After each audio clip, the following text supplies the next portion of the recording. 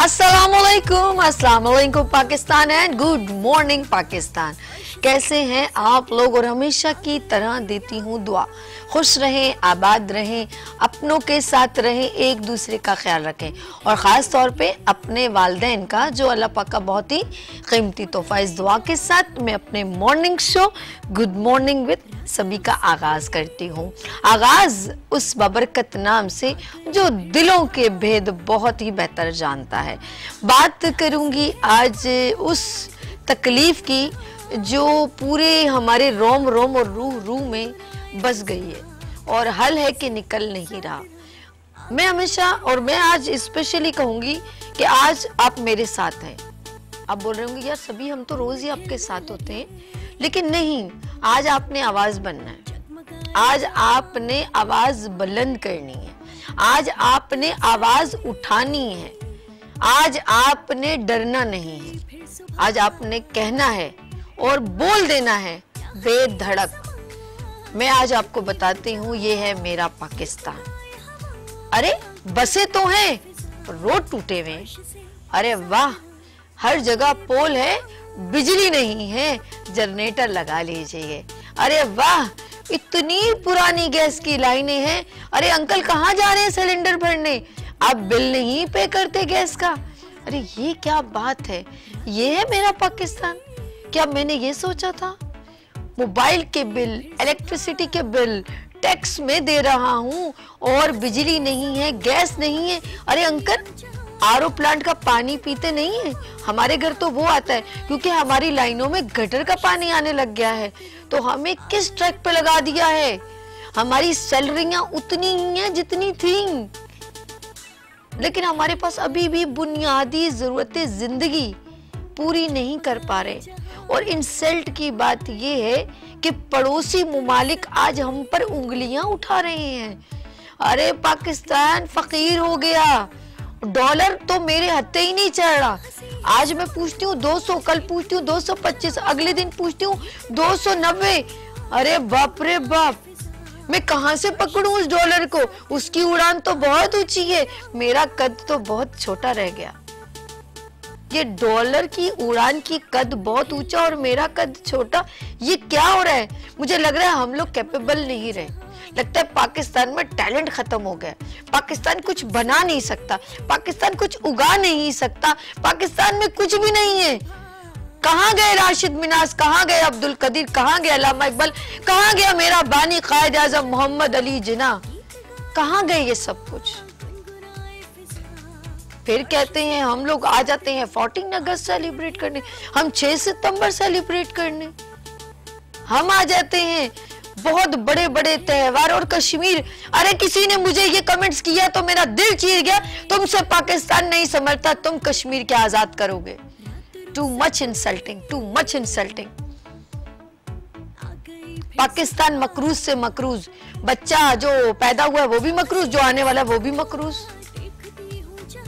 बड़े जितने भी बिजनेस कम्युनिटी हैं, आप क्या समझते हैं? वो बहुत लेविश है, उनके साथ बहुत सारे रोजगार जुड़े हुए हैं। वो अपनी तमाम लेबर्स को कैसे मैनेज करें? फैक्ट्रियां बंद हो रही हैं, तमाम बड़े बड़े जो लोग हैं। और मैं बड़ी बड़ी बड़ी बड़ी बड़ी मेरे अच्छा हुआ, कल मैं एक बात हो रही थी, उन्होंने कहा मैं आपको कोई स्पॉन्सर्स की बात नहीं करूंगा, आप छोड़ें, कंटेनर सारे फंसे हुए। रियली मैं सच कह रही हूँ। वो कह रहे हैं अगर फॉर एग्जाम्पल 5 रुपए का है, वो मुझसे 6 रुपए मांग रहे हैं, मैं कहां से दूं? और मैं हैरान हूँ, हम लोग क्या इंपोर्ट कर रहे हैं। मैं टू मच फिर कहूंगी इंसल्टिंग। वो कह रहे हैं मेरी जो बॉटल के ऊपर कैप लगता है ना, वो मेरा बाहर मुल्क से आता है। क्या हम लोग कैप नहीं बना सकते? हम वो मुल्क हैं जो जितना स्पोर्ट्स का माल यहाँ से जाता है, सियालकोट इज अ बिगेस्ट, और बहुत सारे नवादरात जो हम पूरी काने सोने की बेच देते हैं। लो इसमें बहुत बड़ा जो है ना सोना है, इसको ले लो।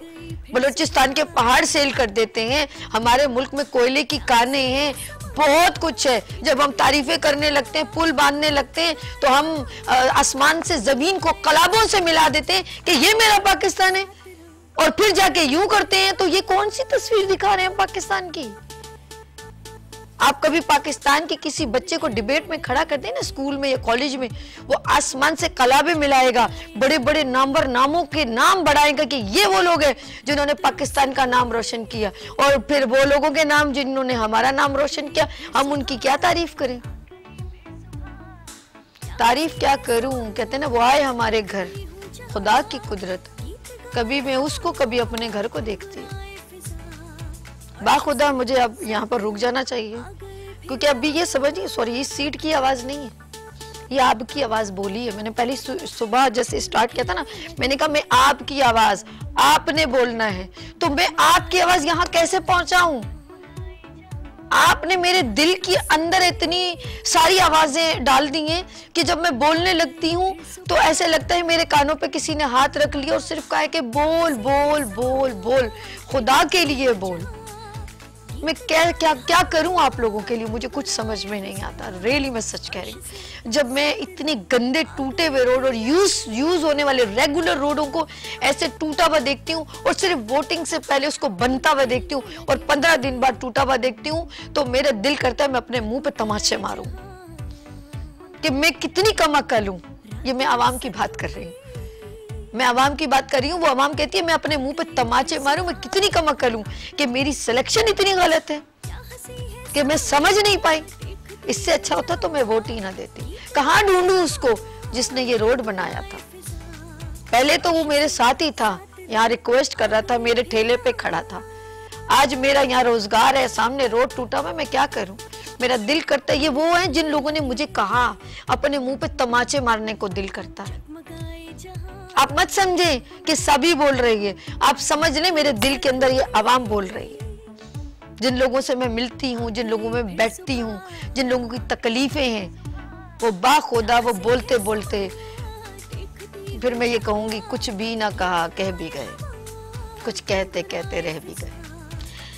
नाज़रीन, मेरे दरमियान आज आप लोगों ने बात करनी है, हमारे दरमियान गेस्ट भी मौजूद हैं, और बात करेंगे मईशत की। डॉलर है जो मेरे साथ चलने को तैयार नहीं है, वो आगे आगे भाग रहा है और पाकिस्तान की इंसल्ट किए जा रहा है। और ये आज की बात नहीं है, मुझे वो वक्त याद है 60 रुपए से चला, जब तक मैं सेंसिबल इस मामले में थी कि 60 रुपए का $1 होता था, और उसके बाद अब वो कहाँ गया मुझे नहीं मालूम। 60 रुपए के बाद मैं सोचती हूँ अच्छा ये है, उस वक्त ये भी नहीं पता था डॉलर क्या, और हम तो अपने 10 रुपए और 20 रुपए और 5 रुपए और 50 रुपए की कीमत बहुत जो है हमारे लिए बहुत बड़ी होती थी।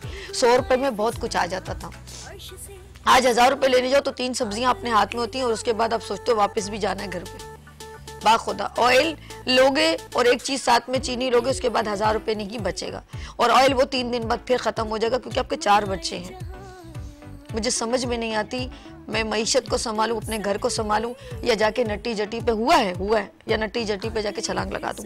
लेट्स सी, ये फिर वो जो छलांग लगा दूं, ये मैं अपनी बात नहीं कर रही होती, फिर मैं कहूंगी कि मैं जब बोल रही होती हूँ समझ लें ये वो आवाम है जो मुझे सारे दिन जो ये सोशल मीडिया ये सब कुछ चल रहा होता है ना, ये वही आवाज है। ठीक है, बात करूंगी। यहाँ पर मौजूद है हमारे साथ बहुत ही ऑफ कोर्स अपनी पार्टी को भी रिप्रेजेंट करते रहते हैं, लेकिन इस वक्त बन रहे हैं आवाम की आवाज़, और आवाम को रिप्रेजेंट करते हुए बिल्कुल मेरे साथ हैं, लेकिन वो हैं अमानुल्लाह शाह साहब, और माशाल्लाह स्पोर्ट्स एंड कल्चर को भी देख रहे हैं और पीटीआई को रिप्रेजेंट भी कर रहे हैं, और सेक्रेटरी हैं ट्रेड के, ट्रेड सेक्रेटरी हैं पीटीआई के। अस्सलाम वालेकुम। वालेकुम अस्सलाम व रहमतुल्लाह। सारे बहुत कुछ भूल गई, तो यहाँ पर भी शायद भूल गई। मैं कहती हूँ आवाम की आवाज़ बनती हूँ तो सब कुछ ही भूल जाती हूँ। बिल्कुल सही कर रही हैं, मतलब क्या कहें कि इस वक्त आवाम की हालत जो है वो ऐसी है। आपकी बात से सीधी बात है, बड़ी एक ऐसा लग रहा है कि एक हार्ट फीलिंग्स आप अपनी बता रही हैं।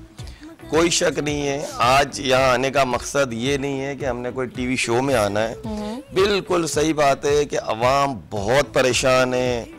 ये एक सियासत से हटके अगर हम बात करें तो आप देखें कि इससे पहले हमारा मुल्क तरक्की की तरफ जा रहा था।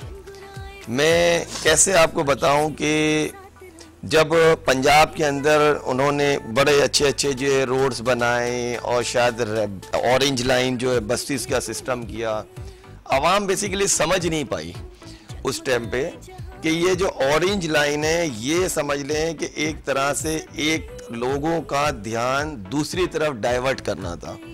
अच्छा, जो चीज़ 100 रुपए की बन रही थी वो चीज़ 1000 में बन रही थी। लेकिन इस वक्त अवाम इतनी परेशान है, स्पेशली पाकिस्तान, कि मैं कहता हूँ एक एक चप्पे से उनके जहन में सिर्फ ये आता है कि यार हमें कोई चीज़ तो मिल रही है। उनको ये नहीं पता कि ये जो अवाम के अपने पैसे हैं, अपने जो भी वो जो खर्च करते हैं उस पर टैक्सेस के उन पैसों से ये जो काम हो रहे हैं। अब आप देखें कि ये किस तरीके से इमरान खान की हुकूमत, क्योंकि मैं इमरान खान को प्रेजेंट तो कर रहा हूँ, लेकिन मैं एक जेनियन, कहते हैं कि लानतुल्लाह अलल काज़िबीन, झूठों पे होती है अल्लाह की लानत। आप देखें कि इमरान खान के दौर के अंदर इमरान खान ने क्या क्या काम किए। 52 डैम्स बनाने शुरू किए, क्योंकि अगर पानी हमारे पास सिस्टम में रहता तो आपको पता है बिजली आ जाती है जी। इसके अलावा जो है वो K4 का जो मंसूबा था वो अभी तक वैसे ही पड़ा हुआ है। इसके अलावा सर्कुलर रेलवे का जो मसला था, आपने सुना होगा 11 अरब, 11 अवाम की एक रट लगी हुई है, 11 अरब जो कहाँ गए, क्योंकि अवाम बेचारी जो निचली सतह पे उनको इतना बिजी कर दिया है इस मामले के अंदर कि यार ये काम नहीं हुआ, ये काम नहीं हुआ, ये काम नहीं हुआ। एक जो डिलीवर्ड जो हुआ, आपको पता है जब भी घर का कोई भी बड़ा होगा, वो जब कोई प्लॉट्स लेंगे तो सबसे पहले वो क्या करेंगे, सबसे पहले अपने घर की 4 दीवारें, उसके बाद लगेगी छत, जो मेन काम है। फिर एसेसरीज आएंगे ना, कि कारपेट आएंगे, सोफे आएंगे, आपका एसी लगेगा, अंदर जो भी आपके एंटरटेनर, फ्रिज वगैरह सारी चीजें। पहले आपकी लगेंगी दीवारें और फिर आपका लगेगा छत। ये इतने जबरदस्त सिस्टम पे इमरान खान का विजन जो चल रहा था, आसान सी बात है। इस वक्त तो वही वाली बात है कि खैर कहेंगे कि भाई इमरान खान को मतलब प्रेजेंट कर रहे हैं, मेरा लीडर है, मेरा कायद है। लेकिन जो जेन्युइन मैं बता रहा हूँ कि एक आसान असल में आप अमानुल साहब एक मिनट, सॉरी मैं बताऊं, आप ना इमरान खान को नहीं रिप्रेजेंट कर रहे, आप एक नजरिए को रिप्रेजेंट कर रहे। इंसान कोई भी हो, देखिए इनकी बात बिल्कुल मैं इंडोर्स करूंगी, चाहे वो कोई भी पर्सन हो, चाहे वो छोटा बंदा हो, लेकिन उसका नजरिया और उसकी सोच पॉजिटिव होगी और इंसानियत के लिए होगी, वो अलग ऐलान आवाज बुलंद करेगा। अच्छा, आप अमान साहब बात करेंगे और हमारे एक और गेस्ट उनको ज्वाइन करते हैं, फिर हम आपकी बात को कंटिन्यू करते हैं। हमारे साथ एक और पर्सन है, बिजनेस के साथ उनका बहुत अच्छा रिलेशंस है, तो वो बहुत अच्छी तरह जानते हैं कि डॉलर को मैं यूं पकड़ूं या ये यूं चले जा रहा है, तो वो बहुत बेहतर तरीके से बताएंगे। ज़िशान अब्रोज साहब मौजूद है, एडिशनल जनरल सेक्रेटरी हैं और स्पोर्ट्स एंड कल्चर को भी लुक आफ्टर करें। अस्सलाम वालेकुम ज़िशान साहब, आप हमारी बातें सुन रहे हैं और बहुत मेरे ख्याल में अंदर से कहते हैं ना वो दबी सी हंसी है, क्या करूं मैं, कहां से आवाम की आवाज बनूं, ऐसा है कि नहीं? ऐसा ही है बिल्कुल। सबसे पहले तो आपका बहुत शुक्रिया, आपने हमें इनवाइट किया।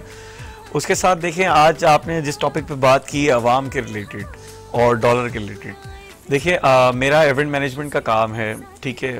पहले हम जब शादियों के इवेंट्स करते थे तो 800 अफराद, 1000 अफराद बुलाते थे लोग। अब इस वक्त जो कंडीशन है मुल्क में, आप चिकन देखें 800 रुपए केजी इस वक्त चल रहा है, ठीक है। एग्जैक्टली, बिल्कुल सही, ठीक है। अब आम आवाम वो मुर्गी खाए जिसमें बीमारी, और वो भी 800 रुपए किलो। सब्जी हमारी पहुंच से दूर, ये जो दालें चावल ये हमारी पहुंच से दूर, ठीक है। जो चीज इजीली 100 अफराद का खाना, एक मैं आपको सिंपल सी एग्जांपल देता हूं कि 30,000 रुपए में बनता था, वो इस वक्त 60,000 रुपए में बन रहा है। तो अब अवाम किस तरह से जो है अपनी शादी ब्याह, मतलब एक जो रस्मात थी शादी की, उनको बहुत मुश्किल बना दिया गया, ठीक है। अवाम उसमें बहुत कम हो गई। अब बहुत ज्यादा लोग जो है कम अवाम आ रही है, उनमें मेहमान जो है बहुत, उनके गेस्ट कम होना शुरू हो गए, क्योंकि कोई चीज किसी के बजट में नहीं है। और उससे कारोबार पे आप देखें कितना असर पड़ा है, सिर्फ हमारे कारोबार पे नहीं कि इवेंट प्लानर्स के, तमाम जो भी इससे रिलेटेड लोग हैं। आगे रमजान के आने वाले महीने के बाद जो शादियों का सीजन है, उसमें आप देखें तमाम गेस्ट हैं, और उसमें इतनी जो शादियां होनी है, तमाम लोगों का बिजनेस, इसमें ज्वेलरी हो गए, कपड़े वाले हो गए, फूड से रिलेटेड, फर्नीचर से रिलेटेड, सब लोग बहुत परेशान बैठे हुए हैं। तो इस वक्त हमें चाहिए कि कोई ऐसा इनकलाब आ जाए कि मुल्क में दोबारा से जो है हमारे वो जो खुशियां थी। अब आप देखें किसी बाइक वाले के साथ या गाड़ी वाले के साथ जरा सी आपकी गाड़ी या बाइक टच हो जाए ना, हर कोई परेशान है, वो आपसे लड़ने लग जाता है। वो इसलिए लड़ता नहीं है कि वो कोई लड़ने के मूड से निकला हुआ है, हर बंदा परेशान है, दिमाग में एक ही सोच है कि मैं अपने घर वालों को कैसे पूरा करूं सब। अच्छा, आपने कंटिन्यू करना। मैदान कॉलर हैं, आप लोगों से बात करना चाहते हैं। हेलो, अस्सलाम वालेकुम। मिस्टर दानिश हमारे साथ हैं। माशाल्लाह दुबई में भी इनका कारोबार है और अब ये पाकिस्तान में थोड़े दिनों के लिए आए हैं, तो प्लीज मैं ज्वाइन करेंगे हमारे साथ। हेलो, अस्सलाम वालेकुम। दानिश फ्रॉम कराची, इस वक्त आप कराची में हैं। क्या कहना चाह रहे हैं कि इस वक्त हम लोग बात कर रहे हैं पाकिस्तान में डॉलर की कीमत डे बाय डे बढ़ती चली जा रही है और फैसिलिटेशन हमारे मुल्क में कुछ भी नहीं है, तो एज कम्पेयर टू दुबई इन पाकिस्तान में आप क्या देखते हैं कि पाकिस्तान किस इस वक्त स्टेज पे खड़ा है? जी बिल्कुल, शुरू में तो थोड़ा हमें लगता है, ऑब्वियसली हम दिरहम लेकर आते हैं तो प्राइस तो अच्छी है, लेकिन जो मामला यहाँ देख रहे हैं महंगाई के, तो ये तो मतलब अफोर्डेबल ही नहीं है। एक आम आदमी की जिंदगी जो है ना बहुत मुश्किल हो गई। जैसे मैं भी सर का भी सुन रहा था, अब ये मैं शादी में आया हुआ हूँ, अब जो कपड़े नॉर्मल हमें 5,000 में मिल रहे थे वो आपको 10,000 रुपए में मिल रहे। जो खाना अगर हम लोगों ने 1 लाख रुपए में करना था वो 1.5 लाख रुपए में हो रहा है। तो गरीब आदमी की तो पहुंच से बाहर हो गया है। अभी समझ नहीं आता बेचारे यहाँ पे वो कैसे सरवाइव करेंगे, और जॉब्स जो है वो बिल्कुल खत्म होती जा रही है। लोग जो इंडस्ट्री बंद हो रही है, गरीब आदमी के लिए सरवाइव करना बहुत मुश्किल हो गया है।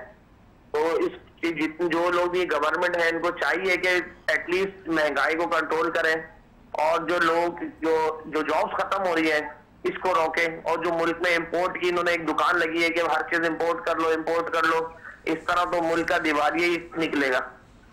तो जो भी अरबाब इख्तियार है इनको इस चीजों को देखना चाहिए। लोगों की पहुंच से जिंदगी नहीं, लोगों के लिए जीना मुश्किल करते जा रहे हैं। अब लोग तो ऐसा है कि रोटी अपना सारा रोटी पूरा कर ले तो बहुत बड़ी बात है। अच्छा, मैं आपसे ये पूछना चाह रही हूँ क्योंकि आपने माशाल्लाह दुबई में बहुत टाइम गुजारा है, तो एज कम्पेयर टू जब आप यहाँ आते होंगे और कुछ रोडों पे आपको ट्रैवल करते होंगे तो क्या फील करते हैं? तो इंफ्रास्ट्रक्चर के तो नाम पे स्पेशली कराची में तो कुछ है ही नहीं। आप यहाँ से यही ट्रैवल जो 20 मिनट का ट्रैवल है वो आप पूरे 1.5 घंटे में करते हैं। एज कम्पेयर टू दुबई में आप 20 मिनट में पहुंच जाएंगे। इंफ्रास्ट्रक्चर के नाम के ऊपर तो धोखा है। जगह जगह खड्डे हैं, पानी बह रहा है, नाले बह रहे हैं, कचरे पड़े हुए हैं। तो यहाँ पर तो कोई इंफ्रास्ट्रक्चर के नाम पे बेवकूफ बनाया जा रहा है आवाम को, ठीक है। और आप तभी 17% या 18% सेल टैक्स ले रहे हैं, तो वो इतना टैक्स देने के बाद आवाम को कोई नाम की सहूलत ही नहीं किसी चीज की। अच्छा, आप एक और चीज भी मुझे बताएं कि क्या आपको यहाँ पे सिक्योरिटी नजर आती है as compare to Dubai? Security तो कोई भी नहीं है, तो सिक्योरिटी तो बिल्कुल भी नहीं है। आप तो सिक्योर ही नहीं है यहाँ पर। हम लोग जाते हैं अपने आपके मोबाइल वगैरह एक्स्ट्रा पैसे रख कर जाते हैं घर पे कि भाई अल्लाह ताला बस लेके चला जाए, कोई हादसा ही ना हो जाए। चलिए जी, बहुत शुक्रिया। हमारे साथ लाइव कॉल पे मिस्टर दानिश थे और वो अपने दिल का हाल कुछ बड़े दुखी अंदाज में सुना रहे थे। तो जीशान साहब, क्या करें, कराची किसके हवाले करें, मुझे ये बताइए जरा। देखें, वही बात अभी भाई ने लाइव कॉलर ने आपको कई सालों से मैं देख रही हूँ कि शायद कभी ये गुलदस्ता बहुत अच्छा खेल जाए। वो सिलेक्टेड सीवीओ वैसा ही है, कोई मुझे यहाँ का कोई ऐसी क्रिएशन नहीं नजर आ रही कि ओह कराची में डे बाय। अब दुबई को देखिए, वो हमसे पहले बहुत पीछे था, बहुत पीछे था। और उसकी अब इंफ्रास्ट्रक्चर देखें तो लोग वहाँ विजिट करने, एंजॉय करने, उसके मॉल्स देखने जाते हैं। तो मुझे तो समझ नहीं आती, एक क्लिफ्टन पे हाइपर बना है वो इस बिजनेस के लिए बना है, लेकिन एक कहते हैं ना टूरिज्म प्रमोशन, तो कराची के अंदर क्या ऐसी चीजें जो स्पेशल लोग यहाँ पर आके विजिट करें सिवाय खारे पानी के सीवीओ के? आप बताएं जी। देखें, वही बात सारी आ गई। जब बिजनेस डिस्टर्ब होता है ना इंसान का, तो यहाँ पे देखें टूरिज्म भी बंद हो गई, बड़ी बड़ी इंडस्ट्रीज बंद हो गई हैं, लोगों के पास जॉब्स नहीं है, खाने के लाले पे गए, खाने के लाले पे गए। बिल्कुल सच बात है आपकी। देखें, एक 25,000 रुपए नॉर्मल जो कोई गारमेंट फैक्ट्री में, नॉर्मल फैक्ट्री में बंदा काम कर रहा है, 25,000 रुपए उसकी तनख्वाह है। अब आप उसमें बताएं कि 272 रुपए लीटर पेट्रोल है, वो सिर्फ अगर महीने में अपनी बाइक पे जाता है तो उसका 9,000 रुपए का तो सिर्फ पेट्रोल लग जाता है, ठीक है। 9,000 रुपए का पेट्रोल लगने के बाद उसके बाद वो बेचारा किराए के घर में रह रहा है। कम से कम इस वक्त जो एक रेंट है ना घर का, नॉर्मल घर का रेंट है वो 10,000 रुपए, जो एक कमरे का रेंट है, जो बिल्कुल टूटा फूटा सा अगर घर होगा, 10 भी नहीं है, ज्यादा ही होगा, इससे कम बिल्कुल नहीं होगा, ठीक है, इससे ज्यादा ही होगा। 10,000 रुपए अगर आप एक नॉर्मल रेंट लगाएं तो 19,000 रुपए तो उसके यही हो गए। अब उसमें आप ये बताएं कि वो जो आखिरी उसके 6,000 रुपए बचे हैं उसमें वो घर का राशन पूरा करे, बच्चों की स्कूल की फीस, ट्यूशन, दूध, क्या क्या करे। तो फिर किस तरह ये जो खुदकुशियां इतनी बढ़ रही हैं, अवाम देखें जो सफेद पोश आदमी होता है वो बिल्कुल एक हद तक बर्दाश्त करता है, जब इन दी एंड उसके पास कोई ऑप्शन नहीं बचता, उसके पास फिर ये लास्ट ऑप्शन होता है। निशान साहब, आप यू आर यंगेस्ट और मैं ब्रेक की तरफ चलती हूँ, उसके बाद वापस आते हैं। और बड़ी इंपॉर्टेंट सवाल जो आपने कहा कि एक तो नौकरियां नहीं है और बड़ा बड़ा बड़ा एक तमाचा एक और है कि हमारे अब यूथ एक ही बात कहती है, सिक्योरिटी बिल्कुल नहीं है, स्नैचिंग है, लोग गोली मार के देते हैं, उसका कोई सोल्यूशन नहीं है और आगे हमारा फ्यूचर नहीं है। वी आर गोइंग, हम जा रहे हैं कहाँ? मेरा टिकट कटा, मैं दुबई जावा। तो यहाँ लेंगे छोटी सी ब्रेक और मिलते हैं ब्रेक के बाद गुड मॉर्निंग विद सभी के साथ। जहाँ सभी है वहाँ सभी है।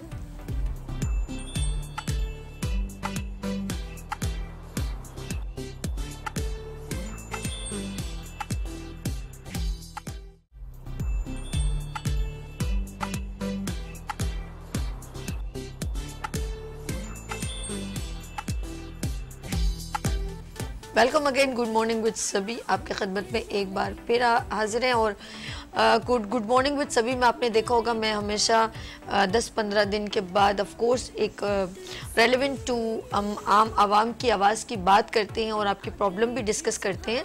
और ऑफ कोर्स आज जो हम डिस्कस करें वहाँ डॉलर की कीमत बढ़ने से जो मईशत का हाल है, जो इंपोर्ट एक्सपोर्ट का हाल है और महंगाई डे बाय डे बढ़ती जा रही है और आम आवाम के जो वज़न है कंधों पे वो मज़ीद बढ़ गया है। और टैक्स तो फिर भी दे रहे हैं, बिल फिर भी दे रहे हैं, लेकिन फैसिलिटेशन बिल्कुल भी नहीं है। तो आए कि सोल्यूशन क्या है? मेरे जहन में ऐसे पूछ रहे, मैंने कहा यार गेस्ट हमारे मौजूद हैं, मैं एक बार फिर वेलकम करती हूँ अमानुल्लाह शाह साहब को और रिप्रेजेंटेटिव ऑफ पीटीआई। तो सर मैं आपसे ये पूछती हूँ, आपकी जो हुकूमत थी वो 3.5 साल बड़ी मुश्किल से, बड़ा वो भी उन लोगों ने जो है जो एक चलता रहता है, लेकिन जिन्होंने वो कहा कि हम आते ही जो जिसकी जो आवाज़ वो बने थे आटा चीनी दाल की, तो वो ना आटा रहा, ना चीनी रही, ना दाल रही। तो अब बताएं कि वो उनके पास भी हल नहीं था तो उन्होंने क्यों डिसीजन? नहीं, बेसिकली वो जो आया था पूरा जो पीडीएम का टोला। अच्छा। आप देखें कि इसाक डार, अभी लास्ट टाइम दुबई में मैं था, तकरीबन 3-4 महीने पहले की बात है, तो रोड पे हमें बिल्डिंगें नजर आई कुछ। तो एक साहब मेरे साथ बैठे हुए थे, कहने लगे अमान भाई ये बिल्डिंगें देख रहे हैं किसकी है? ये इसाक डार की बिल्डिंग है। अच्छा। अब आप गौर कर रहे हैं कि ऐसा शख्स, यानी हमारी आवाम अभी तक नहीं समझ पाई कि एक ऐसे टोले जिन्होंने सिर्फ अपने केसेस खत्म करवाने और सिरिंज अब रह गई है, सिरिंज के थ्रू ब्लड निकालना है लोगों का और अपनी जायदादें बनानी है बाहर मुल्क। अच्छा। और एक ऐसा शख्स है जो बाहर सारी चीजें छोड़ गए। तो बच्चे को भी पता होगा, अगर हम 5 साल के बच्चे से ही पूछेंगे कि भाई इमरान खान, तो इमरान खान अगर एक बल्ले पे साइन कर दे, एक शर्ट पे साइन कर दे, तो वो लाखों रुपए में बिक जाएगी। लेकिन आप देखें तो कि इतना, यानी है कि इमरान खान की इतनी वैल्यू है। निशान भाई कह रहे हैं तो कर्जा उतर जाएगा। अच्छा, कर्जा ही उतर जाएगा। अच्छा, आप नोट कर रहे हैं कि अल्लाह ने एक तोहफा दिया हुआ है इस मुल्क को इमरान खान की सूरत में। आप बिलीव कर रहे हैं कि मैं इमरान खान के फेवर के लिए नहीं बैठा हुआ, लेकिन कहते हैं सीइंग इज बिलीविंग, देखो और भरोसा करो। हमें नजर आ रहा है, मेरी पूरी जो है अपना ट्रेडर से चूंकि मेरा लिंक है, मैं वाइस प्रेसिडेंट था पहले आरंबाग एलायंस का भी, लेकिन मैंने नोट किया कि जितनी हमारी जो बिजनेस कम्युनिटी है वो ज्यादातर लोग 90% लोग जो है वो पीटीआई को पसंद करते हैं। लेकिन उसमें भी क्या हुआ, इन लोगों ने किसी तरीके से रहने नहीं दिया और 1, 2, 3, 4 यानी 13 पार्टियां आपस में मिल के नोच के इसको हटा दिया इमरान खान को। और इमरान खान का आप देखें, अभी गोलियां लगी, जेनियन केस, और जेनियन के अंदर ये नहीं कह रहे भाई कि मैं लंदन जाऊंगा वहां से मेरा ये इलाज करवा के आऊंगा। उसने कहा नहीं, मैं अपने मुल्क में रहूंगा। और जिस टाइम पे गोलियां लगी, हमारे कुछ दोस्त भी उस टाइम पे उसी वक्त वहां मौजूद भी थे, उन्होंने कहा खान साहब जब निकले एकदम सब भागा भागी हो गई। तो उनकी जो कंसंट्रेशन थी वो थी आवाम की तरफ, कि मेरी आवाम जो है ये तितर बितर ना हो जाए, भागा भागी में नहीं लग जाए, बल्कि उनका जो तकलीफ में, बेहद तकलीफ में थे, लेकिन सबको हौसला दे रहे थे कि आप फिक्र नहीं करो, अगर अल्लाह ने मुझे जिंदगी दी मैं फिर आऊंगा, यहीं खड़ा रहूंगा, इनको छोड़ूंगा नहीं, क्योंकि ये मेरी आवाम के दुश्मन है। अब ये इतनी सी बात आवाम नहीं समझ पा रही। अच्छा, आप गौर करें ना, मतलब अच्छा आपके दरमियान एक और कॉलर है, आपसे बात करना चाहेंगे। हेलो, अस्सलाम वालेकुम। शरीफा जी कैसी हैं आप? मैं ठीक हूँ, आप कौन, कहाँ से? दानिश, कराची। दानिश फ्रॉम कराची। जी दानिश, क्या कहना चाहते हैं? हम लोग आवाम की आवाज की बात कर रहे हैं, परेशानियों की बात कर रहे हैं। जी, मैं उनसे सर से बात करना चाहता हूँ, पीटीआई वाले सर से। जी जी, अमान से बात कीजिएगा। जी जी जी, अस्सलाम वालेकुम सर। वालेकुम अस्सलाम। अमान भाई यहाँ पे कैमरे में, यस। जी जी जी जी जी जी सर, वो अभी मैं आपका शो देख रहा था मॉर्निंग से अभी। जी जी तो जी मुझे कुछ सवाल पूछने थे सर आपसे। जी जी जी, बताएं बताएं। सर आप अभी थोड़ी देर पहले कुछ डैम वगैरह की बातें कर रहे थे। जी जी जी जी, तो फिर मेरा यही सवाल है कि सर आप लोगों ने कराची के लिए क्या किया? जी ओके, ये छोटा सा सवाल है सर, कराची के लिए क्या किया? किसी ने भी, मैं किसी की हिमायत नहीं कर रहा हूँ, पीडीएम वगैरह किसी की जमात की भी हिमायत नहीं कर रहा हूँ। जी जी जी मैं एक आम शहरी हूँ, मैं से सवाल पूछ रहा हूँ, कराची के लिए अब तक क्या हुआ? हमारी रोड टूटी हुई है, हमारे गटर बह रहे हैं, बिल्कुल। हमारा स्ट्रक्चर कुछ सही नहीं है, बिल्कुल। पानी नहीं है, गैस नहीं है, बिजली नहीं है। तो सर कराची के लिए कोई भी कुछ भी कब करेगा? अब मैं आपको बताऊं इसका। अच्छा इनको आंसर दिया। दानिश, आप कौन से एरिया में रहते हो? नॉर्थ नाज़िमाबाद, गुलशन, इकबाल, किस साइड पर? जी मैं नाज़िमाबाद में रहता हूँ, स्टैंडर्ड एरिया है, लेकिन अभी भी उसके भी हालात ना बहुत खराब हो गए हैं। गटर बह रहे हैं, रोड टूटे हुए हैं, स्ट्रीट लाइट नहीं है, कुछ नहीं है। वोट किसको दिया था दानिश? जाओ गला पकड़ो इसका, तो छोड़ना PTI नहीं। को ही दिया था मैंने, तो कसम से पीटीआई को ही दिया था पिछले साल वोट। आप ये नहीं सिलेक्ट कौन वोट हुआ था। नहीं, आपने वोट दिया, चले अच्छी बात है, लेकिन वहां पर ऑफ कोर्स कोई ना कोई एडमिनिस्ट्रेटर तो होंगे ना कोई वहां के एमएनए, कोई सिलेक्शन तो हुई होगी जी ना। वही पीटीआई के ही है, पीटीआई। क्या नाम था, कौन थे? ओपनली डोंट यू वरी, बोले कौन थे? मेरे ख्याल से असदुल्ला साहब थे कुछ। चले ठीक है, बात करते हैं, हम देखते हैं कि उनके राइट्स कितने थे और उन्होंने क्यों नहीं किया। ठीक है जी, बहुत शुक्रिया, बहुत शुक्रिया। अच्छा जी मैं आपके सवाल का जवाब दूं। देखिए मैं थोड़ी देर पहले यही बता रहा था कि बेसिकली ये जो 18वीं तरमीम का जो सिस्टम है ना, जी जी, अगर खान साहब इस हुकूमत में होते, अगर कंटिन्यू, अगला इनका मिशन ये था कि ऐसी तरामीम जो आवाम के फेवर में ना हो। थोड़े दिन पहले की बात है, मैं सब अपने जो कुछ दोस्तों को, जानने वालों को ये कह रहा था कि आप लोगों को इतनी तो समझ में आ गई कि इस वक्त और जो पार्टियां हैं कंपेयर टू पीटीआई वो सही नहीं है। ये तो तकरीबन सभी लोग समझ गए हैं। यानी ये पिछले सिर्फ 9 महीने के अंदर आप देखें कि शहबाज शरीफ वही कह रहे थे कि हम रोडों पे घसीट के ले आएंगे। किसका नाम लिया था? जरदारी साहब का। जरदारी साहब ने इनके लिए कहा था ये ऐसे हैं, ये वैसे हैं। फिर उसके बाद दूसरे, तीसरे, चौथे सारी पार्टियां, इमरान खान का एक ही विजन था। इमरान खान ने कहा कि भाई हमारे मुल्क के अंदर, देखिए पहले मैंने मिसाल दी इसके ऊपर, मैं दानिश आपसे मुखातिब हूँ, आप समझिएगा जरा बात। दानिश से एक और सवाल करें कि 3.5 साल और 30 साल पहले की बात भी बोली। मैं आपको बताऊं 3.5 साल तो मैं आपको बता रहा हूं कि जो मेन काम था कि अगर आपको कोई प्लॉट्स दिया जाता है, मैंने यही मिसाल थोड़ी देर पहले भी दी थी, तो सबसे पहले उसकी दीवारें बनेंगी और उसकी छत बनेगी। बिल्कुल। आराइश का काम जो होगा, जो उसमें एसी लगाना है, फ्रिज लगाना है, टीवी लगाना है, कारपेट लगानी है, बाद के चैप्टर थे। इमरान खान ने सबसे पहले आके, आपको पता है, जो सबसे पहले आप देखें K4 का मंसूबा जो था वो तैयार किया। उसके बाद इन्होंने जो है आप देखें कि जो ग्रीन लाइन का जो मंसूबा था वो भी इमरान खान ने कंप्लीट करवाया।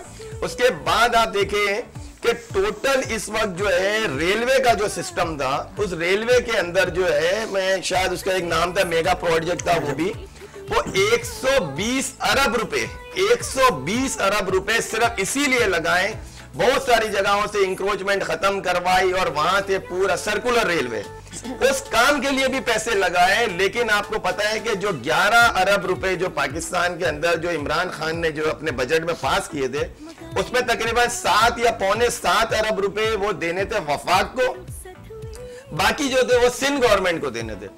और खान साहब का कहना यह था कि मैं सिंध गवर्नमेंट को किसी भी तरीके से कैश पैसे नहीं दूंगा, मैंने जितनी भी रकम होगी वो काम की सूरत में दूंगा। और अल्हम्दुलिल्लाह उन्होंने काम किए और बहुत सारे, लेकिन वो काम जो है करने के अंदर आप पता है आए दिन उनके मसले रहे थे। और आपको पता है कि फिर बहुत सारे जो हमारे पर जो कर्जे भी थे, उस कर्जे को आपको एक छोटा था कि 12 रुपए जिस दिन पेट्रोल के बढ़ाए, तो आपको नोट करें कि उस वक्त भी नवाज शरीफ की जो टीम थी कि 12 रुपए बढ़ा दिए, 12 रुपए बढ़ा दिए। अब देखें पेट्रोल तकरीबन डबल हो गया, 100 से ऊपर बढ़ा दिए इन्होंने, कोई बोलने वाला नहीं है। फजलुर रहमान साहब जो थे उस टाइम पे कि मैं ये कर दूंगा, वो कर दूंगा, आवाम रोडों पे आ जाएंगी, उन्होंने भी कुछ नहीं किया। लेकिन इमरान खान ने बहुत काम किए, बहुत सारे प्रूफ है। अब तो सारी आवाम, मुझे हैरत हो रही है कि आप खुद भी अपनी आंखों से देख रहे होंगे, चले 9 महीने ये थे, तो 9 महीने में मोर देन 50% इस वक्त महंगाई बढ़ गई, मोर देन 50% कोई काम नहीं हुआ, और रहा सवाल के रोड नहीं बने, पानी का मसला, ये बेसिकली वफाक के हाथ में था ही नहीं, सिंध गवर्नमेंट के हाथ में था, और इस वक्त जो है वसीम अख्तर के हाथ में था कि रोड वगैरह सारे, उन्होंने भी यही कह दिया। मेरी खुद वसीम साहब से बात हुई थी, मैं खुद केएमसी बिल्डिंग में बैठा हुआ था, उन्होंने कहा ना रोड हम बना सकते हैं, ना हम सेवरेज का काम कर सकते हैं। बाबू सलाम मस्जिद एक जामा क्लॉथ की तरफ है, जो नमाजी जाते थे उनके लिए मैं बेसिकली गया था कि ये जो वजू का जो पानी, गटर का पानी बह रहा था, ये आप रोड बनाएंगे, बोला हमारे हाथ में ही नहीं है, वो सारा जो है वो 18वीं तरमीम की वजह से सिंध गवर्नमेंट के हाथ में था। अच्छा, अब जो है वो मेरा ये एक मुतालबा अपनी बल्कि पूरी आवाम से कि देखें, आप नोट करें कि इतने 52 डैम पाकिस्तान की तारीख में कभी शुरू नहीं हुआ। ये सारे वो काम है जो हिडन से आवाम को नहीं पता, आवाम देख ही नहीं पा रही कि इस वक्त जो है अगर ये डैम बन गए तो डैम की वजह से आपकी बिजली का बहुत बड़ा मसला हल हो जाएगा। आपका सर्कुलर रेलवे हो गया तो आपका पेट्रोल का कंजम्पशन बहुत ज्यादा कम हो जाएगा, आवाम का क्राउड, गाड़ियों का रश, जो आपने कहा 20 मिनट का वो 1.5 घंटे में पहुंचते हैं, अगर सर्कुलर रेलवे का काम शुरू हुआ तो मसला ही नहीं होगा। अच्छा, अब जो ये आवाम जो आप देखें कि हमारी जो गवर्नमेंट है, इमरान खान को आप एक तरफ करते हैं, वो जो 13 जो जमातें एक साथ है, उसका मकसद क्या है? उनका मकसद ये है कि खान साहब ने सबके लिए ये कहा कि जितनी आपकी लूटी हुई रकम बाहर मुल्क में वो अपने मुल्क में लेकर आए, तो उसका बेसिकली मसला चल रहा है। ये यहाँ पे कोई पैसों का मसला नहीं चल रहा, यहाँ पे काम के इशू नहीं चल रहे, ये आवाम की खिदमत करने नहीं आए। झूठ बोले, कुछ भी कहे के जो किसी भी तरीके से इक्तदार में आए और अपने केसरी दिनों ने खत्म करवाए, ये केसेस के लिए आए हैं, ये बेसिकली आवाम की खिदमत करने नहीं आए। आवाम की खिदमत करने अगर आते तो इस वक्त गवर्नमेंट जो है वो किसकी है? नवाज शरीफ की है। क्यों नहीं आ रहा नवाज शरीफ यहाँ पे? इसलिए कि उसको भी एक डर है, जब इंसान के दिल में चोर होता है तो उसके जहन में भी होता है कि मैं अगर जाऊं और फिर अचानक से कोई मसला हो जाए तो मैं क्या करूंगा। इसाक डार को क्यों लेकर आए? इसाक डार की अपनी पार्टी के अंदर जो इससे पहले जो मिफ्ता इस्माइल साहब थे, उनसे क्यों झगड़े चल रहे थे?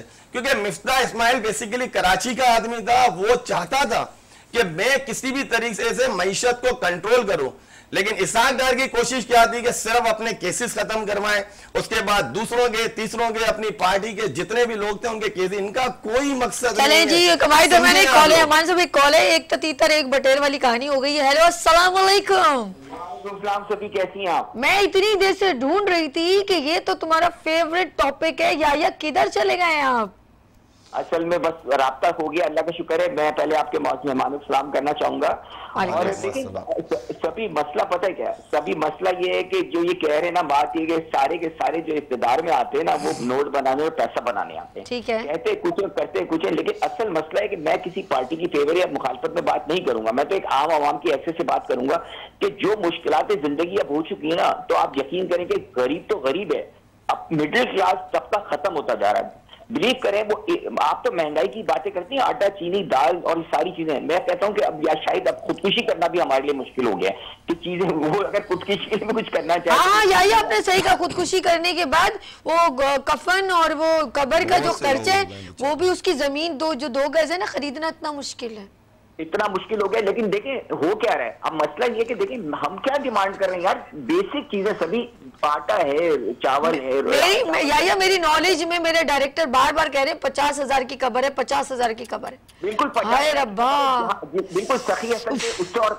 अगर वहाँ कहीं जाए, हर जगह की कबर के भी प्लॉटिंग के भी पैसे हैं, मुख्तलिफ जगहों के ना, एरिया वाइज, तो इतनी महंगी चीजें हो चुकी हैं। अब मसला पता है क्या? मसला ये है कि देखें, मैं सिर्फ एक बात कहूंगा, हमें बेसिक चीजें ना, हमारी रोटी है, पानी है, बिजली है, ये जब हम यही चीजें इतनी महंगी खरीदेंगे, छोड़ दें अय्याशी, छोड़ दें जिस चीजों को, जो लोगों के लिए इतनी मुश्किल है। मैं आप यकीन करें, मैं तो खुद गाड़ियों का काम करता हूँ, लेकिन कभी कभार मैं चिमनी में ट्रैवलिंग करता हूँ, इसलिए करता हूँ कि लोगों को अंदाजा कर सकें। और कोर ऑफ द इशू में क्या हो रहा है, जो लोग बड़े बड़े शीशे के घरों में बैठे हुए ना, डिफेंस में, वीगो गाड़ी में घूम रहे, they don't know even the price of the टमाटर, किसी चीज का इनको पता नहीं है। है। ये चले ना लोगों के दरमियान, खुदा की कसम सभी 5-5 रुपए के लिए लड़ते हैं। रक्शे वाला जो वो लड़ रहा है 5 वाले की देने वाला वो लड़ रहा है, क्योंकि उनकी ये 5 रुपए की भी हैसियत है। मैं सिर्फ यहाँ से आप ट्रैवलिंग करके जाए ना टिंडी में, आप गृह मंदिर बफर जोन से, खुदा की कसम 60-70 रुपए उसका किराया बनता है।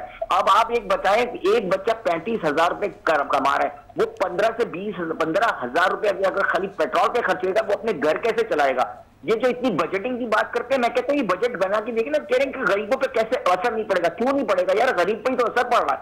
अब मसला ये कि इतने ही ज्यादा लोग तंग आ गए कि ये जो चोरी डकैती ये सारे इसके साथ कंसर्न है, क्योंकि जब आपके पास खाने को नहीं होगा, आपके पास पीने को नहीं होगा, बच्चा भूखा मर रहा होगा, या तो आप मरेंगे या तो आप मारेंगे। अब यही सिलसिला चल चुका है इस शहर के अंदर। कल भी हम हर रोज नौजवान लड़के मर रहे हैं खुदा की कसम। और आप तुर्रा देखें, इनका तुर्रा देखेंगे, अपने लिए पुलिस रखी है पूरे प्रोटोकॉल के साथ, लाखों हजारों पुलिस वाले, 22,000 पुलिस वाले प्रोटोकॉल में चल रहे हैं, बिलीव मी और नॉट वीआईपी में।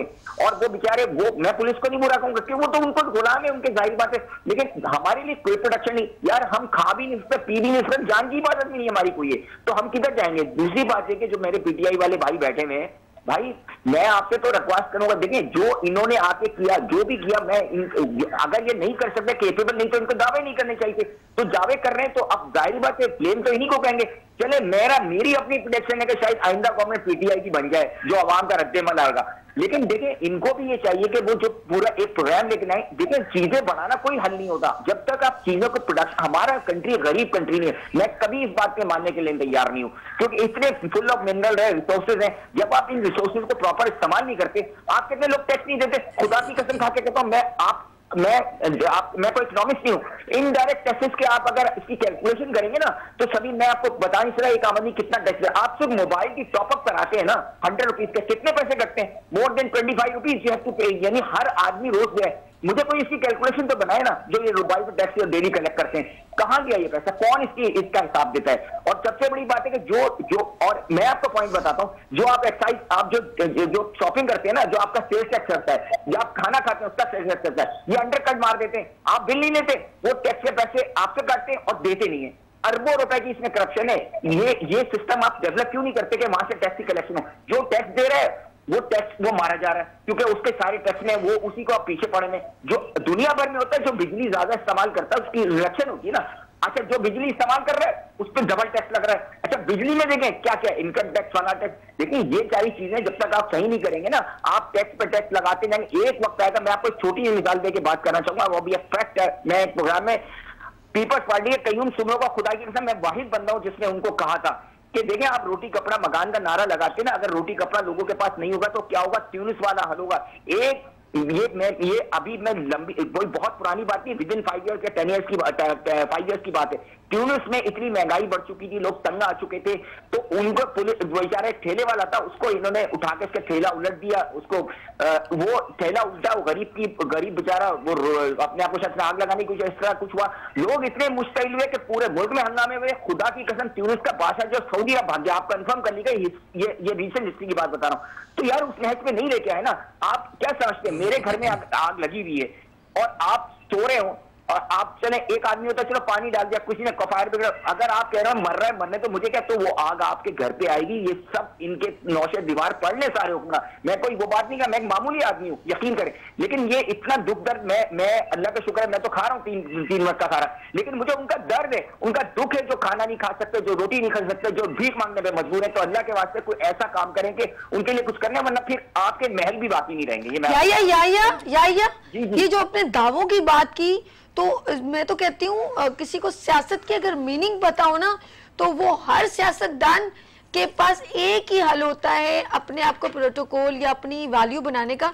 वो हमेशा दावे करता है, लेकिन मैंने देखा जितने भी पार्टी के या कोई भी पॉलिटिकल पार्टी में किसी एक को पॉइंटेड नहीं करी आपकी तरह, मैं भी एक आम आवाज बन रही हूँ आवाम की, तो वो यही है कि जो भी आया है उसने दावे जरूर किए। कोई भी आया है, हम ये कर देंगे, हम वो कर देंगे, हम पेट्रोल कम कर देंगे, हम ये कर देंगे, लेकिन किसी ने भी कंप्लीट अपना वादा नहीं कर पाया।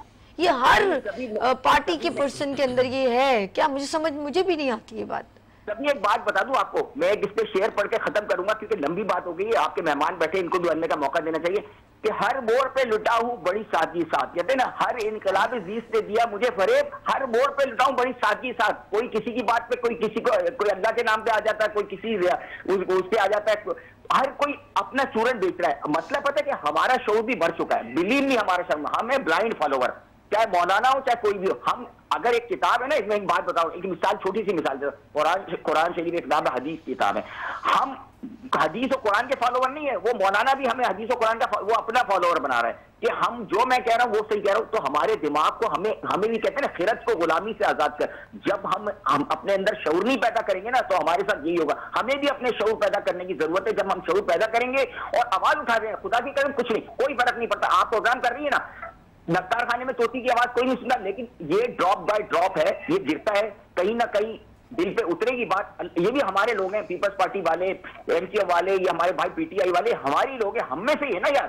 बिल्कुल। इनको सलाम करते हैं और हमसे दरखास्त करते हैं कि अल्लाह के वास्ते कुछ हमारा भी सोच लो भाई, अपने बनाओ लेकिन 100 के 100 ना खाओ, कम से कम 30-40 हमें भी दे दो। Thank you so much. आखिरकार आपने वही बात की ना कि मुझे दे दो, ये देखो ये हाल हो गया, जैसी आवाम वैसे हुक्मरान। अब क्या कह रहे हैं हम? मैं छोटा सा इन्हीं की मेरे बात भैया है, बहुत जी, बहुत दिल से माशाल्लाह बात। बड़ी अच्छी बात की। लेकिन देखिए एक चीज फिर मैं आपको क्लियर कर दूं कि 3.5 साल 3.25 साल के अरसे के अंदर अगर ये बात कहेंगे तो इसका मतलब ये है कि नॉलेज इज अ पावर और इनकी नॉलेज में नहीं है। आप मेरी बात जरा समझिएगा। 3.25 साल के टाइम के अंदर जब खान साहब की हुकूमत आई इनके हाथ में, इन्होंने पहले दिन से वर्किंग शुरू कर दी। ठीक है। 52 डैम्स जो बने 52 में ऑन द रिकॉर्ड, ये ऑफ द रिकॉर्ड वाली बात नहीं है, ये पाकिस्तान की तारीख में कब बने। फिर सर्कुलर रेलवे जो है, आप देखें मैंने आपको बताया नहीं, ये मिसाल में 3rd टाइम ये रिपीट कर रहा हूं कि अगर आप कोई प्लॉट लेते हैं तो सबसे पहले उसमें एसी लाके नहीं रख देते, उसमें फ्रिज लाके या कारपेट लाके नहीं रखते, उसकी दीवारें लगानी होती है, उसकी छत लगानी होती है, उसके दरवाजे फिर लगेंगे, ये 2nd स्टेप में आएगा। लेकिन यहां पे क्या है कि अवाम को पता ही नहीं है ना, अवाम को ये पता नहीं है कि सर्कुलर रेलवे के अंदर 120 अरब रुपए जो है वो कैसे जाया किए। और वो काम अगर हो जाता तो आपको पता है हमारा पेट्रोल कंजम्पशन पूरी दुनिया में देख ले, लंदन किस पे चल रहा है, ट्रेन सिस्टम में चल रहा है, इंडिया जो है वो किस पे चल रहा है, ट्रेन सिस्टम में। तुम अच्छा करो नहीं, लेकिन मैं तो चाहती ही नहीं हूं तुम अच्छा करो, नहीं, करोगे तो कुछ बहुत अच्छा हो जाएगा। नहीं, मैं यही बता रहा हूं कि 120 अरब रुपए सर्कुलर रेलवे के ऊपर इन्होंने लगाए। अच्छा, इसके बाद जो है वो खान साहब का जो मिशन यही था कि मैंने जो लेकर गए पैसे हम उन्हीं से लें। अगर मैं कोई अगर जुर्म करूंगा तो मुझे ही वो जो है रिटर्न देना है ना। तो पैसे तो सबको पता है कि एवन फील्ड का जो मकान है वो कितने अरबों रुपए का है, कितने का वो मकान है, इनकी कितनी जायदाद है, इसाक डार की दुबई में जो जायदाद है, ये बेसिकली हमारी आवाम की पैसे है ना। मैं अपनी बात ही नहीं कर रहा, मैं तो कह रहा हूं कि जो इमरान खान का जो विजन है, आप बिलीव करें कि इन्होंने कैंसर हॉस्पिटल बनाया। आप देख लें कि इंडिया की एक बड़ी इंपॉर्टेंट बात कर रहा हूं कि आज मैं सुन रहा था रात को, क्योंकि आपका जब आया तो मैंने कहा थोड़ी सी और नॉलेज ले लूं, तो मोदी साहब इंडिया के, उन्होंने कहा कि मैं जंग का ऐलान करता हूं। मैं घबराया कि जंग का शायद आपकी नॉलेज में नहीं है, मैं बल्कि वो आपको क्लिप सेंड करूंगा। उन्होंने कहा मेरी पाकिस्तानी अवाम से मैं खिताब कर रहा हूं कि मैं जंग का ऐलान करता हूं और आज से जंग शुरू है कि मैं अपने इंडिया की जो गुर्बत है उसको खत्म करने की जंग करूंगा। और पाकिस्तान के जो हुक्मरान हैं वो पाकिस्तानी अवाम की गुर्बत को खत्म करने की जंग करेंगे। कितनी बड़ी बात है, देखें वो हमारे मतलब एक तरह से समझ लो हिज़्ब इख्तिलाफ आप समझ लें, मतलब हमारे, लेकिन बात उन्होंने वो जंग जब की तो मैं घबरा गया। लेकिन कितनी जबरदस्त की, सलाम मैं तो करता हूं उनको कि यार वो कहने लगे हम गुर्बत की जंग लड़ते हैं, आप अपने मुल्क की गुर्बत को खत्म करो, देखते हैं कौन अपनी अपनी जो है वो अवाम का साथ देते हैं। मुझे बड़ी खुशी हुई, आप बिलीव करें, अवाम से मैं मुखातिब हूं, आप मेरी बहन है, मैं आपको भी जो है ना सभी मैं बताऊं, इमरान खान एक अल्लाह ने हमें तोहफा दिया है। अगर इनको सही तरीके से काम करने दिया गया तो मैं खुद चैलेंज, अमानुल्लाह शाह, मेरी इतनी हैसियत नहीं, मेरी इतनी औकात नहीं, लेकिन चूंकि मैं बहुत डीपली घुसा हुआ हूं, इतना पाकिस्तान तरक्की की तरफ जाएगा कि आपकी सोच है, आप देख लें, इतनी वीडियोस के अंदर आ रहे हैं, इतनी चीजों के अंदर हर जगह पे नजर आ रहे हैं, कितने लोग नजर आ रहे हैं। वो सब के सब इमरान खान का क्या प्रोटोकॉल होता है जब इमरान खान किसी भी मुल्क जाता है, वो एक अलग ही एक अल्लाह ने उसकी एक परसेंटेज पूरे दुनिया के अंदर इस्लाम का नाम अल्हम्दुलिल्लाह मैं समझता हूं कि हमारे पाकिस्तान के कोई भी ऐसे लीडर, अगर कायदे-ए-आज़म मोहम्मद अली जिन्ना के बाद कोई लीडर आया तो मैं मानता हूं इनको। इसमें कोई शक नहीं है भाई दरमियान कॉलर में बात कर लें जरा, कितने जबरदस्त तरीके से। हेलो अस्सलाम वालेकुम। वालेकुम सलाम जी, कौन हमारे साथ? लाशारी साहब जी, इमरान लाशारी बात कर रहा हूँ, बहुत किस है। अच्छा जी, गोट की से कैसे हैं लाशारी साहब? क्या सुना, महंगाई ने मार दिया भाई। आप बात कीजिए अमानुल्लाह साहब से। जी अमानुल्लाह साहब अस्सलाम वालेकुम। वालेकुम अस्सलाम व रहमतुल्लाह व बरकातहू। सारा अर्ज ये है कि ये जो इसाक डार दिन ब दिन टैक्स पे टैक्स वो कह रहे हैं कि हम कंपनियों पे टैक्स लगाते हैं, लेकिन हकीकत यही है तो हम खुद अदा करते हैं। आप अब देखिए, ये टैक्स इसाक डार की जो बात कर रहे हैं, आपको एक और चीज मैं बताऊं। पहले टैक्स पे टैक्स लगाए जा रहे हैं, टैक्स पे पहले देखिए मेरी बात सुने, हम एक जो छोटी सी चैरिटी करते हैं, हमारी एक सब्जी की गाड़ी आती है, सही है, जिस इलाके में हम जाते हैं गाड़ी ड्राइवर वहीं पहुंच जाता है। हमारी जो टीम है मेंबर, इवन ये कि समझ लें कि एक मरतबा ये भी आए हैं, जीशान भाई भी हमारे साथ, हम वहां पहुंचते हैं, वो तकरीबन 600-700 हम थैलियां बनाते हैं और डोर टू डोर घर घर हम देते हैं। 30,000 तकरीबन मेरा ये खर्चा है। अब बात जरा मेरी समझिएगा, बड़ी लॉजिकली मैं बता रहा हूं। और सरजानी टाउन के इलाके में मेरी माएँ बहनें बहुत मुझसे लाड करती हैं, बोलती है कि हमारा सगा भाई है, आप अमान भाई आप सियासत में आए, आप फलाना, आप ऑर्डर करेंगे, करना क्या है। अब आप देखें कि अगर 50 लाख रुपए, सिर्फ 50 लाख रुपीस, अगर ये सिर्फ ये काम जिस तरीके से मैं करता हूं, अगर वो हमारे सिर्फ ये कराची या मैं कहता हूं पूरे सिंध के लिए 50 लाख रुपए पर मंथ अगर ये करें, तो मैं समझता हूं कराची में कोई भूखा नहीं रहेगा। ये मेरा चैलेंज है, बड़ी बात बता रहा हूं आपको कि जो सब्जी की हम जो गाड़ी लेके जाते हैं, 600 घर जो है, यानी 600 फैमिलीज जो है, वो कहते हैं 3 से 4 दिन ये हमारी सब्जी चलती है। और मेरी बहन आप भी आइएगा मेरे साथ, कि दिन संडे को मैं आपको लेके जाऊंगा, उनकी आवाम से पूछिएगा, वो कहते हैं अमान भाई ये 3 से 4 दिन ये सब्जियां आपकी हमारी चलती है, जबकि ना वहां पे बिजली है, ना वहां पानी का इतना जबरदस्त सिस्टम है, ना वहां गैस का सिस्टम है। वो कहते हैं हम धूप में हमारी सब्जियां सुखाते भी हैं, हम जो सालन वगैरह बनाते हैं, और यकीन माने अमान भाई आपको इतनी दुआ देते हैं। लेकिन मैं अपने तरीके से सोच रहा हूं कि जो कराची के गुर्बत वाले इलाके हैं, अगर ऐसे गाड़ियां हमारे सारे जो है कराची, क्योंकि देखिए पूरे पाकिस्तान के अंदर अल्हम्दुलिल्लाह ये भी हमें अवार्ड जाता है कि जो सखी दिल कराची की अवाम है, पूरे पाकिस्तान में जितनी कुर्बानियां पाकिस्तान में कराची में होती हैं, अब पता है उतनी कहीं भी नहीं होती। और यही चीज को अगर हम जो इंप्लीमेंट करेंगे, खाली एक सब्जी की गाड़ियों का सिस्टम कर दें, हफ्ते के अंदर, अगर महीने के अंदर जो अगर ये सिस्टम करके 50 लाख रुपए की अगर खाली सब्जी बांट दें, मैं कहता हूं गुर्बत खत्म होगी, बहुत फर्क पड़ेगा। अच्छा, तीसरा आप देखें कि मंसूबे जो थे वो खान साहब के क्या क्या थे, कोई सोचे थे कि एक घर का जो वडील है, घर का जो बड़ा, यानी समझ लो हमारे वालिद साहब समझ लें, वो क्या करेंगे, वो जाएंगे बाहर, लेकिन जो घर के अंदर जो बच्चे रह रहे हैं उनको नहीं पता कि मेरे पापा क्या कर रहे हैं। अल्हम्दुलिल्लाह मेरा दिल इस बात पे गवाही देता है, और मुझे यकीन है इमरान खान ने भी वही काम किए कि वो घर के बाहर जो जो काम कर रहे हैं, यानी आप गौर कर लें कि मैंने पहले बताया कि डैम से आपकी बिजली, ओहो फायदा कितना हो जाएगा, हमारा पानी स्टोर हो जाएगा, हमारे खेतों के अंदर पानी चले जाएंगे सैलाब से।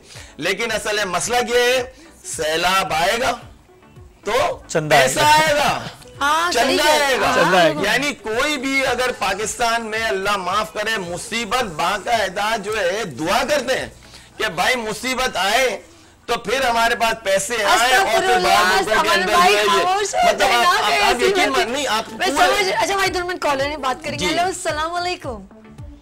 वालेकुम अस्सलाम। अमान भाई कैसे हैं, खैरियत से? अल्हम्दुलिल्लाह। कैसी हैं? अल्हम्दुलिल्लाह भाई कैसे हैं आप? अल्हम्दुलिल्लाह अल्हम्दुलिल्लाह। अच्छा अमान भाई, मेरा एक सवाल आप लोगों से है, मतलब पूरी आवाम की तरफ से प्रॉपर्टी के हवाले से रियासताबाद में काम करता हूँ मैं, ओके, और आपका डिप्टी जनरल सेक्रेटरी इमरान बात कर रहा हूँ भाई। जी जी जी जी जी जी। तो मैं पूछना चाह रहा था कि सबके लिए तो दुबई है, तो पाकिस्तान में कराची में जितने भी लोग आते हैं वो कराची को दुबई समझ के आते हैं, तो हमारे कराची वालों को दुबई कहाँ है?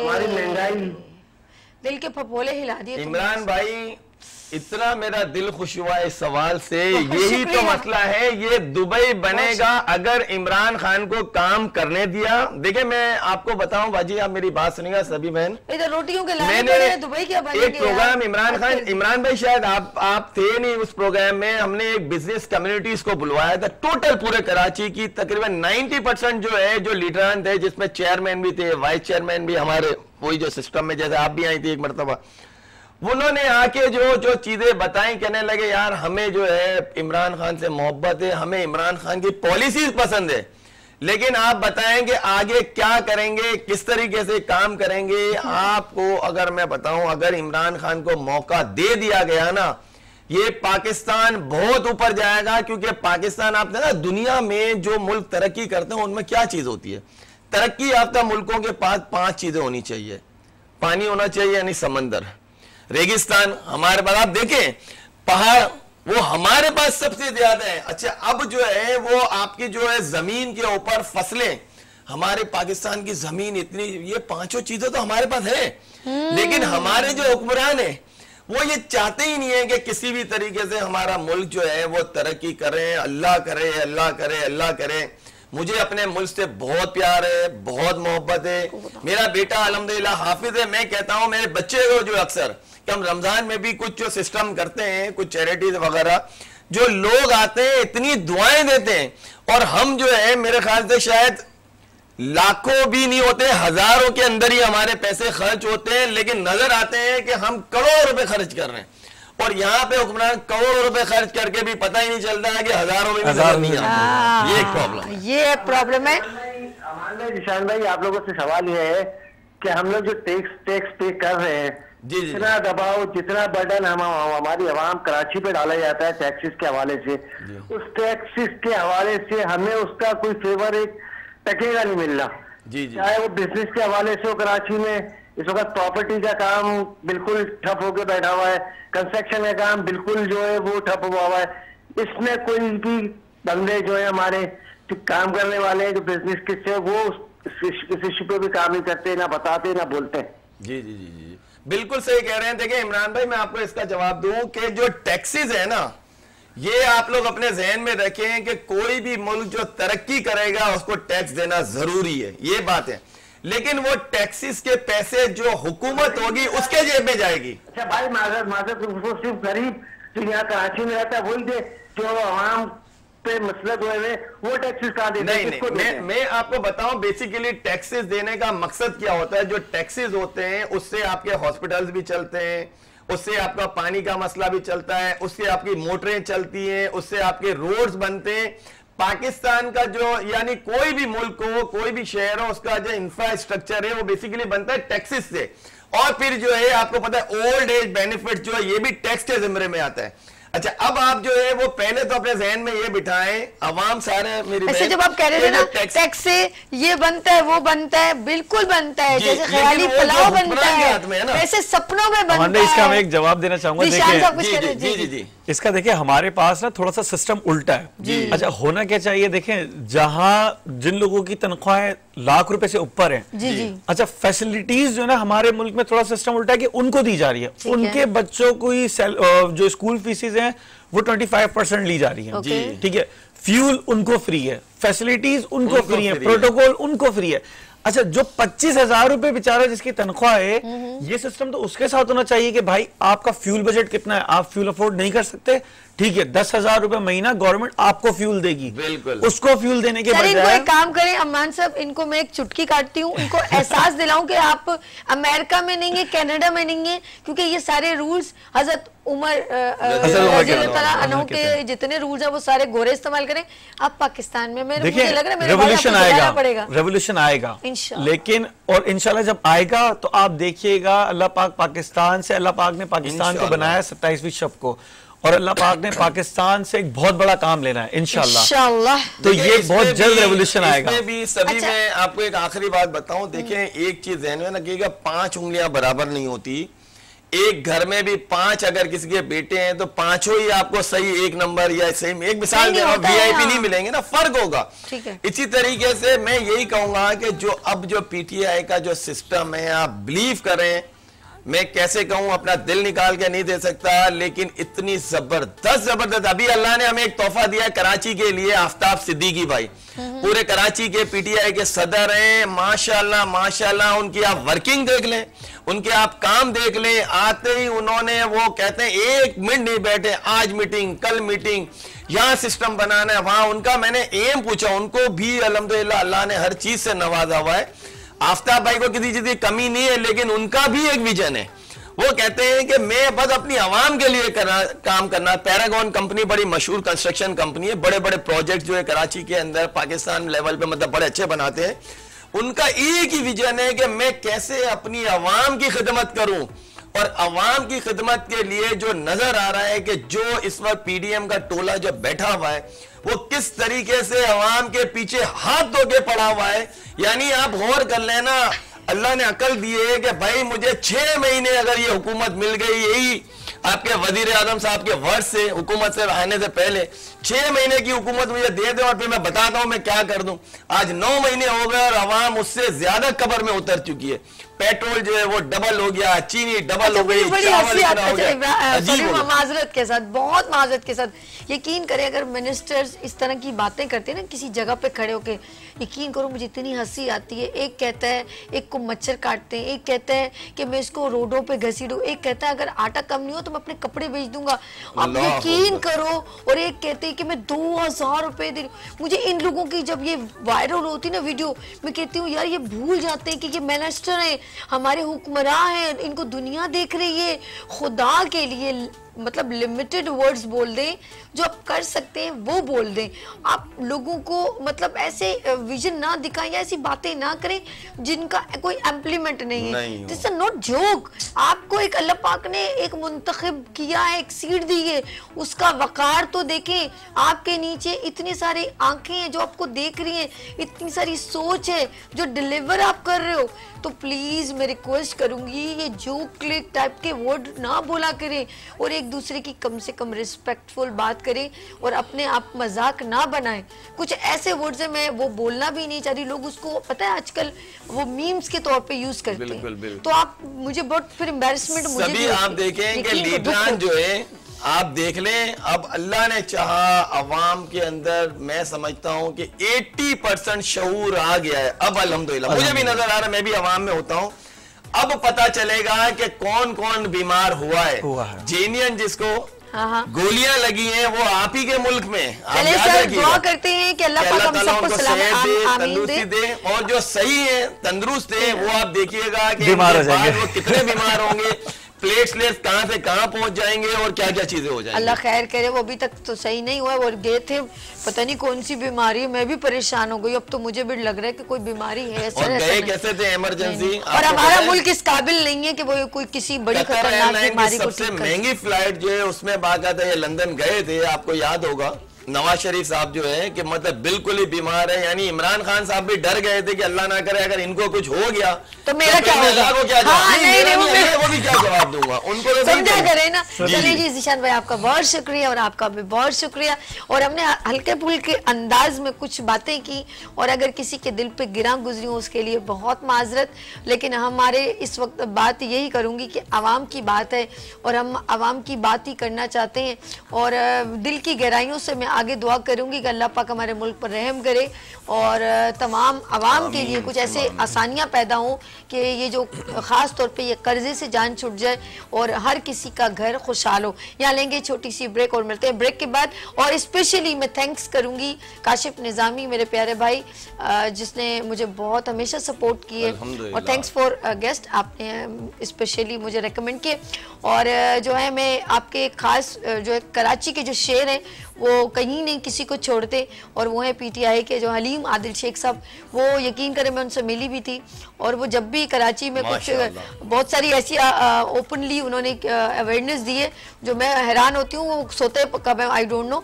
लेट्स सी यहाँ पर इंशाल्लाह फिर नए सेगमेंट के साथ मैं अभी मिलती हूँ। यहाँ लेंगे ब्रेक और मिलते हैं ब्रेक के बाद गुड मॉर्निंग विद सभी के साथ।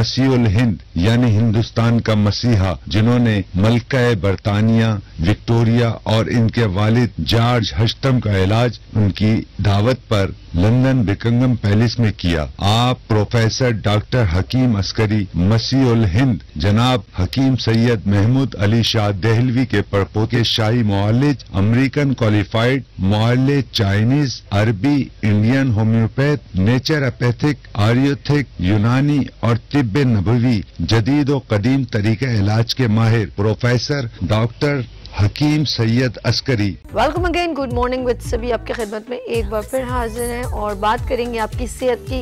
एवरी फ्राइडे हमारे साथ हैं बहुत ही सीनियर हकीम साहब होते हैं और बात करूंगी वो लोग जो पैरालाइज हो जाते हैं रियली अचानक। ऐसा क्या होता है कि आपका एक हिस्सा पूरा जो है वो काम नहीं करता, आपकी आंख कहीं रुक जाती है, आपका मुंह ज़रा सा टेढ़ा हो जाता है, अल्लाह मुझे माफ़ करे, या आपकी जो है हाथ सुन हो जाता है, मतलब पूरा एक बॉडी और कभी कभी पूरी बॉडी जो वर्किंग नहीं कर पा रही होती, और एकदम डॉक्टर के पास जब आपको लेके जाया जाता है तो वो कहते हैं कि आपकी बॉडी जो है वो पैरालाइज हो गई है।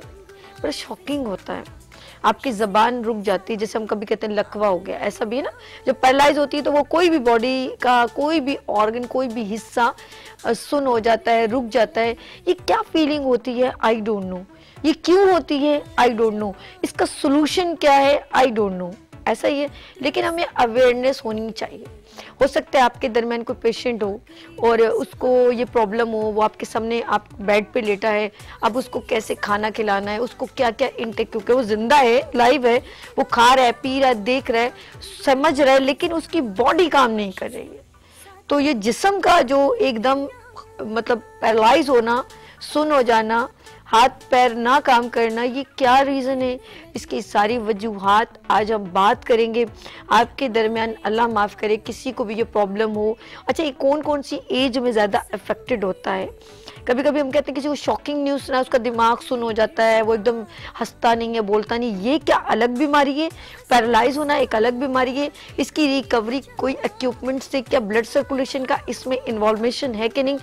बहुत सारे क्वेश्चंस हैं, आप भी क्वेश्चन कर सकते हैं। आज के दिन हमारे साथ वो पर्सनैलिटी मौजूद होती है जिन्हें मैं कहती हूँ हिकमत में बड़ा नाम, शाही मुआलिज भी हैं, कैलिफोर्निया यूनिवर्सिटी से तालीम हासिल की और पढ़ाया भी, ये बड़ी बात है। एक्यूपंक्चर की बात करूं, हर्बल की बात करूं, तिब्ब नबवी की बात करूं, होम्योपैथिक की बात करूं, एलोपैथिक की बात करूं, हर बड़ी बड़ी जो ये मैंने जिन डॉक्टर्स डिग्री की बात की है, बड़े बड़ी डॉक्टर्स की बात की है, उन सब की उनको नॉलेज है। उन मैं कहूँगी जैसे हर्बल की और तिब्ब नबवी की बात करूँ, उसको ख़ास जो है इम्पोर्टेंस देते हैं। और एक और बात, 11 पुश्तों से माशाल्लाह उनके जितने भी दादा और परदादा और उनके दादा, उन सब ने हिकमत में अपना एक खूबसूरत नाम वक़ार हमेशा रखा है। और एक और बात साथ साथ, क्योंकि वो मैं उनकी इंट्रोडक्शन में इतने सारे वर्ड्स कहने की कोशिश करती हूँ, लेकिन कहीं ना कहीं फिर कुछ बात रह जाती है, लेकिन ज़्यादा बात करूँगी तो इंट्रो ही उनका होगा, फिर बात नहीं हो पाएगी। और मलका विक्टोरिया, और ये कहूँगी कि जितने भी बड़े बड़े जब नाम लिए जाए तो उनके दादा परदादा ने उनके एज अ नॉलेज उन लोगों की जो है, जो बीमारियां वगैरह जो है तशखीस करना, उनको ट्रीट करना। फिर अभी जब मैं हिकमत की बात करूं, जो मेरे साथ इस वक्त शख्सियत मौजूद है डॉक्टर हकीम अस्करी साहब, अगर मैं बात करूं बड़ी एक नाम है, वो है जहन से कभी कभी नाम के जूनागढ़, रियासत जूनागढ़ के जो है इस वक्त बड़े बादशाह शाही जो उनके बड़े ख़ानदान होते हैं, उनकी जितनी भी अभी इस वक्त ट्रीटमेंट जो देखते हैं वो इस वक्त देखते हैं, वो हकीम अस्करी साहब देखते हैं। और शाही मैं कहूँगी बादशाह में, हिकमत में एक बड़ा नाम है और वो है हकीम अस्करी साहब का। अस्सलाम वालेकुम। जी जी वालेकुम व रहमतुल्लाह। सर, आपका इंट्रोडक्शन करना ना कसम खुदा की इतना कभी कभी मुझे कहती हूँ कौन सी बात आपके लिए करूँ और कौन सी ना करूँ, उसको मुंतखब करना कितना मुश्किल हो जाता है। हाँ सब, ये तो खैर आपका एक हुस्न है जिसमें आप खूबसूरत लफ्ज़ों को तलाश करती रहती हैं। नहीं, हाँ।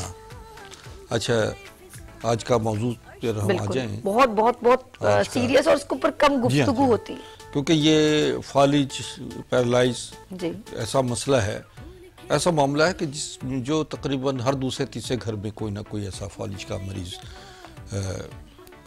नमूदार हो रहा है।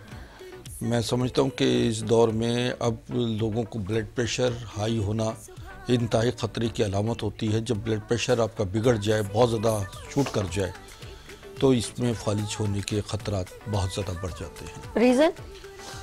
फालिज का जब ब्लड बीपी हाई हो जाता है तो इसमें कुछ ब्रेन ब्लॉकेज हो जाती है, ब्रेन की वेन जो हैं वो लीक कर जाती हैं या ब्लॉक हो जाती हैं, और जिसकी वजह से पूरा बॉडी का, जिस्म का कुछ हिस्सा जो है वो उसका कम्युनिकेशन सिस्टम जो है वो ख़त्म हो जाता है और वो पैरालाइज हो जाता है, यानी वो मुअत्तल हो जाता है, यानी उसका हिलना जुलना जो है वो नामुमकिन हो जाता है।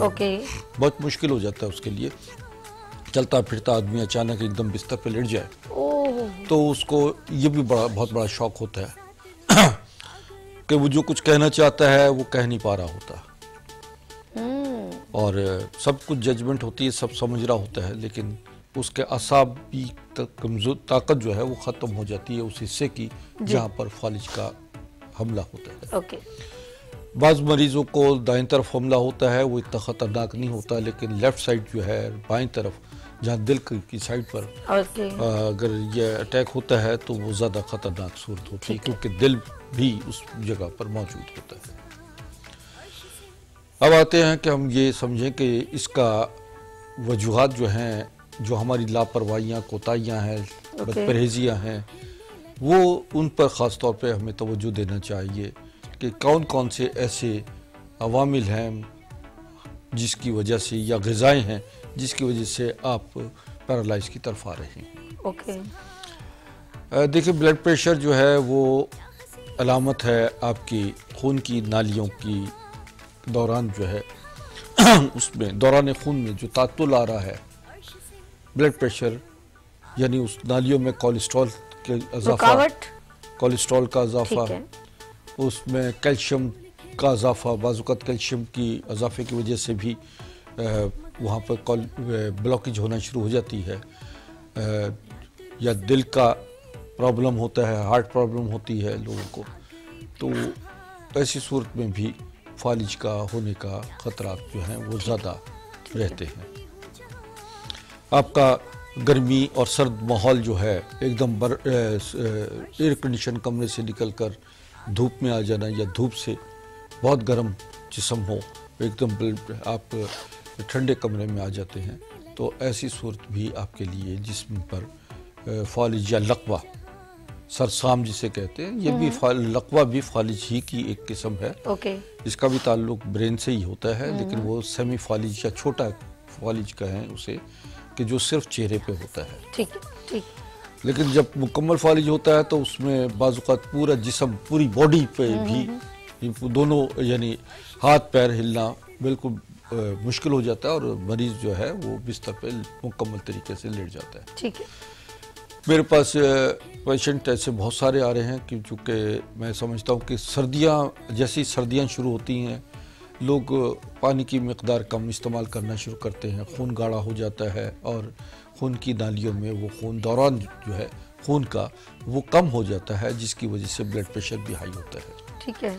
और अब चूँकि मौसम तब्दील हो रहा है, अब दोबारा से गर्मियों की तरफ मौसम आ रहा है, तो इन हालात में भी वो लोग जो बहुत ज़्यादा सकील अशिया इस्तेमाल कर रहे हैं, गर्म चीज़ें खा रहे हैं, उनको चाहिए कि मौसम के साथ साथ अपनी ग़िज़ाओं में भी तब्दीली करना शुरू कर दें। आपका फल, सब्जियां और ड्राई फ्रूट का इस्तेमाल जो है वो ड्राई फ्रूट का इस्तेमाल कम होना, और फल और सब्जियों की तरफ ज़्यादा रुझान आपका होना चाहिए। वाटर इंटेक बहुत ज़्यादा होना चाहिए। ऐसे ही वो ग़िज़ाएँ जिसमें बादाम, पिस्ता, अखरोट, सेब, अनार और गाजर, चुकंदर, ये चीज़ें जो हैं ये आपके लिए इस मौसम में बहुत ज़्यादा आपकी शफायाबी की बाइस बनती है। और इसी तरीके से जो है, जो फालिज के मरीज़ है, वो ख़ास तौर पर जैसे फालिज का हमला होता है तो फौरी तौर पर चंद चीज़ एहतियाती तदाबीर जो है वो इख्तियार कर ली जाएँ तो इससे फालिज जो है वो उसका असरात जो हैं वो बड़ी जल्दी ख़त्म होना शुरू हो जाते हैं। तो नाज़रीन, उसके लिए मुख्तसर सा मैं आपको एक छोटे छोटे और कम कीमत की अशिया जो है अद्वियात बताता हूँ। ठीक है। जो जड़ी बूटियाँ हैं उनसे आप अपना इलाज एकदम स्टार्ट कर दीजिए जैसे ही फालिज होता है। देखिए, कुछ चीज़ें ऐसी हैं कि जो आपको फौरी तौर पर, जैसे फालिज का मरीज़ होता है उसे आपने एक कबूतर लेना है। कबूतर लेकर उसको फौरी, कबूतर जंगली कबूतर लीजिए, जिस दिन फालिज का अटैक हो उसी वक्त में आप उस कबूतर को उसी के जिस्म पर ज़िबा करके उसके गरम गरम खून को उसके जिस्म पर लगा लीजिए। अच्छा। जी हाँ। तो फौरी तौर पर यह होगा कि वो पट्टे जो एकदम डेड हो गए हैं वो उनमें दौरान खून बेहतर होना शुरू हो जाता है। ऐसी कबूतर की यखनी बना लीजिए और कबूतर की यखनी बनाकर फौरी तौर पर मरीज को पिला दें। और कबूतर एक ऐसी शय है, ऐसा परिंदा है जो हर शहर, हर कस्बा और हर दुनिया के तमाम ममालिक में तकरीबन पाया जाता है। तो अब यह है कि इसमें ब्लड प्रेशर जो है कबूतर की यखनी में बढ़ता नहीं है, लेकिन आपका ब्लड प्रेशर भी कंट्रोल रहना ज़रूरी है। और नाज़रीन, नोट कर लीजिए, कुछ मैं आपको टोटके और बता देता हूँ जिसमें नुस्खे हैं, जिसमें आप नोट कर लीजिए कि जो पैरालाइज पेशेंट के लिए बहुत ज़रूरी है। इसमें लौंग लीजिए, तकरीबन 5 अदद लौंग, तेज़पात के पत्ते ये 3 अदद, और इस दारचीनी इसमें शामिल कीजिए, बड़ी इलायची, दारचीनी तकरीबन 1-1.5 इंच का टुकड़ा और 3 अदद बड़ी इलायची। इसका बनाइए कहवा और इसमें 3 कप डाल के इसको बॉयल कीजिए। जब ये 1.5 कप रह जाए तो मरीज़ को पिलाइए, आधा कप सुबह आधा शाम, और अगर दोपहर में भी पिलाएं तो बहुत अच्छी बात है। मसाज की ज़रूरत फ़ौरी होती है मरीज़ को। जैतून के तेल का फ़ौरी तौर पर मसाज कीजिए, सर पे लगाइए। जैतून के तेल में अगर आप तकरीबन 10 ग्राम हींग डाल दीजिए, 100 ग्राम जैतून में 10 ग्राम हींग, और इसी तरीके से 7 जवे लहसुन के डाल दें और उसको पका लीजिए। और इसको पकाने के बाद इसका ऑयल जो है वो जिस्म पे मालिश करें तो उससे जिस्म पर हरकत पैदा होना शुरू हो जाती है। ऐसे ही जायफल, और जायफल 3 अदद जायफल लीजिए, 50 ग्राम लौंग लीजिए और 20 ग्राम दारचीनी ये शामिल कीजिए, और इसको पानी में आप भिगो दें। पानी में भिगोने के बाद इसको पानी को बॉयल कर लीजिए। जब ये पानी अच्छी तरह बॉयल हो जाए और इसमें पानी में आप ऑयल डाल लीजिए, तकरीबन 200 ग्राम जैतून का तेल डाल लें या तिलों का तेल डालिए। ओके। और इसको बॉयल करके अच्छी तरीके से जब पानी खुश्क हो जाए, इस तेल को उस मरीज़ को जिस्म पे लगाएं भी, और 1-1 चम्मच सुबह और शाम पिलाएं। इससे इंशाअल्लाह बहुक्म खुदा फालिज के फौरी तौर पर असरात जो हैं वो उसका अटैक के असरात जो हैं कम होना शुरू हो जाते हैं। माशाअल्लाह। अच्छा हकीम साहब का नाज़रीन मैं एक बार फिर बताती हूँ, इस वक्त हमारे दौरान बहुत ही सीनियर हिकमत और तिब्ब नबी में बड़ा नाम हकीम अस्करी साहब हमारे साथ मौजूद हैं। और अब हम बात करेंगे, ऑफ कोर्स ब्रेक पे जा रहे हैं, लेकिन उससे पहले मैं आपको बताऊँ, और अपने प्लीज़ नाज़रीन प्रोग्राम देखना है, और वो है इम्पोर्टेंट बात कि जो लोग पैरालाइज हो जाते हैं उनको इनटेक तो बहुत ज़रूरी है, लेकिन कुछ थेरेपीज़ बहुत ज़रूरी हैं, और वो ऐसी डिवाइसेस है क्योंकि वो मूव तो कर नहीं सकते, और किसी के इतना है नहीं कि वो उनको मसाज और बहुत ज़्यादा देर तक किया जाए। कम से कम अगर कोई ऐसी थेरेपी हो जिससे उनके अंदर एक्टिवनेस, उनके ब्लड में एक्टिवनेस आए, तो उसके बारे में हम डिस्कस करेंगे। आप लोगों ने कहीं नहीं जाना, यहाँ लेंगे ब्रेक और मिलते हैं ब्रेक के बाद गुड मॉर्निंग विद सभी के साथ है और हकीम अस्करी साहब के साथ, और उनका स्पेशल पैकेज भी साथ में देखते हैं। मसीहुल हिंद यानी हिंदुस्तान का मसीहा, जिन्होंने मलका बरतानिया विक्टोरिया और इनके वालिद जॉर्ज हश्तम का इलाज उनकी दावत पर लंदन बिकिंगम पैलेस में किया। आप प्रोफेसर डॉक्टर हकीम अस्करी मसीहुल हिंद जनाब हकीम सैयद महमूद अली शाह देहलवी के पड़पोते हैं। हिंदुस्तान और पाकिस्तान की 7 रियासतों सल्तनत उस्मानिया, हैदराबाद दक्कन, मालेरा कोटला, रामपुर स्टेट, लोहार स्टेट, सिंध की खैरपुर, मेरस, खैरपुर स्टेट, सहारनपुर और जूनागढ़ स्टेट के शाही तबीब जिनका खिताब था हाजी कुल हिंद यानी तबी स्कॉलर ऑफ इंडिया हकीम सैयद जफरयाब अली शाह देहलवी के पड़पोते तबीब शाही अमायदीन सल्तनत ईरान, अफगानिस्तान, उर्दन, पाक और हिंद के मुमताज शख्सियात के मुआलिज तबीबुल असर हकीम सैयद जफर अस्करी के फर्जंद वालिय रियासत नवाब जूनागढ़ के शाही मुआलिज अमेरिकन क्वालिफाइड मुआलिज चाइनीज, अरबी, इंडियन होम्योपैथ, नेचुरोपैथिक, आयुर्वेदिक, यूनानी और तिब्ब नबवी जदीद और कदीम तरीके इलाज के माहिर प्रोफेसर डॉक्टर हकीम सैयद अस्करी।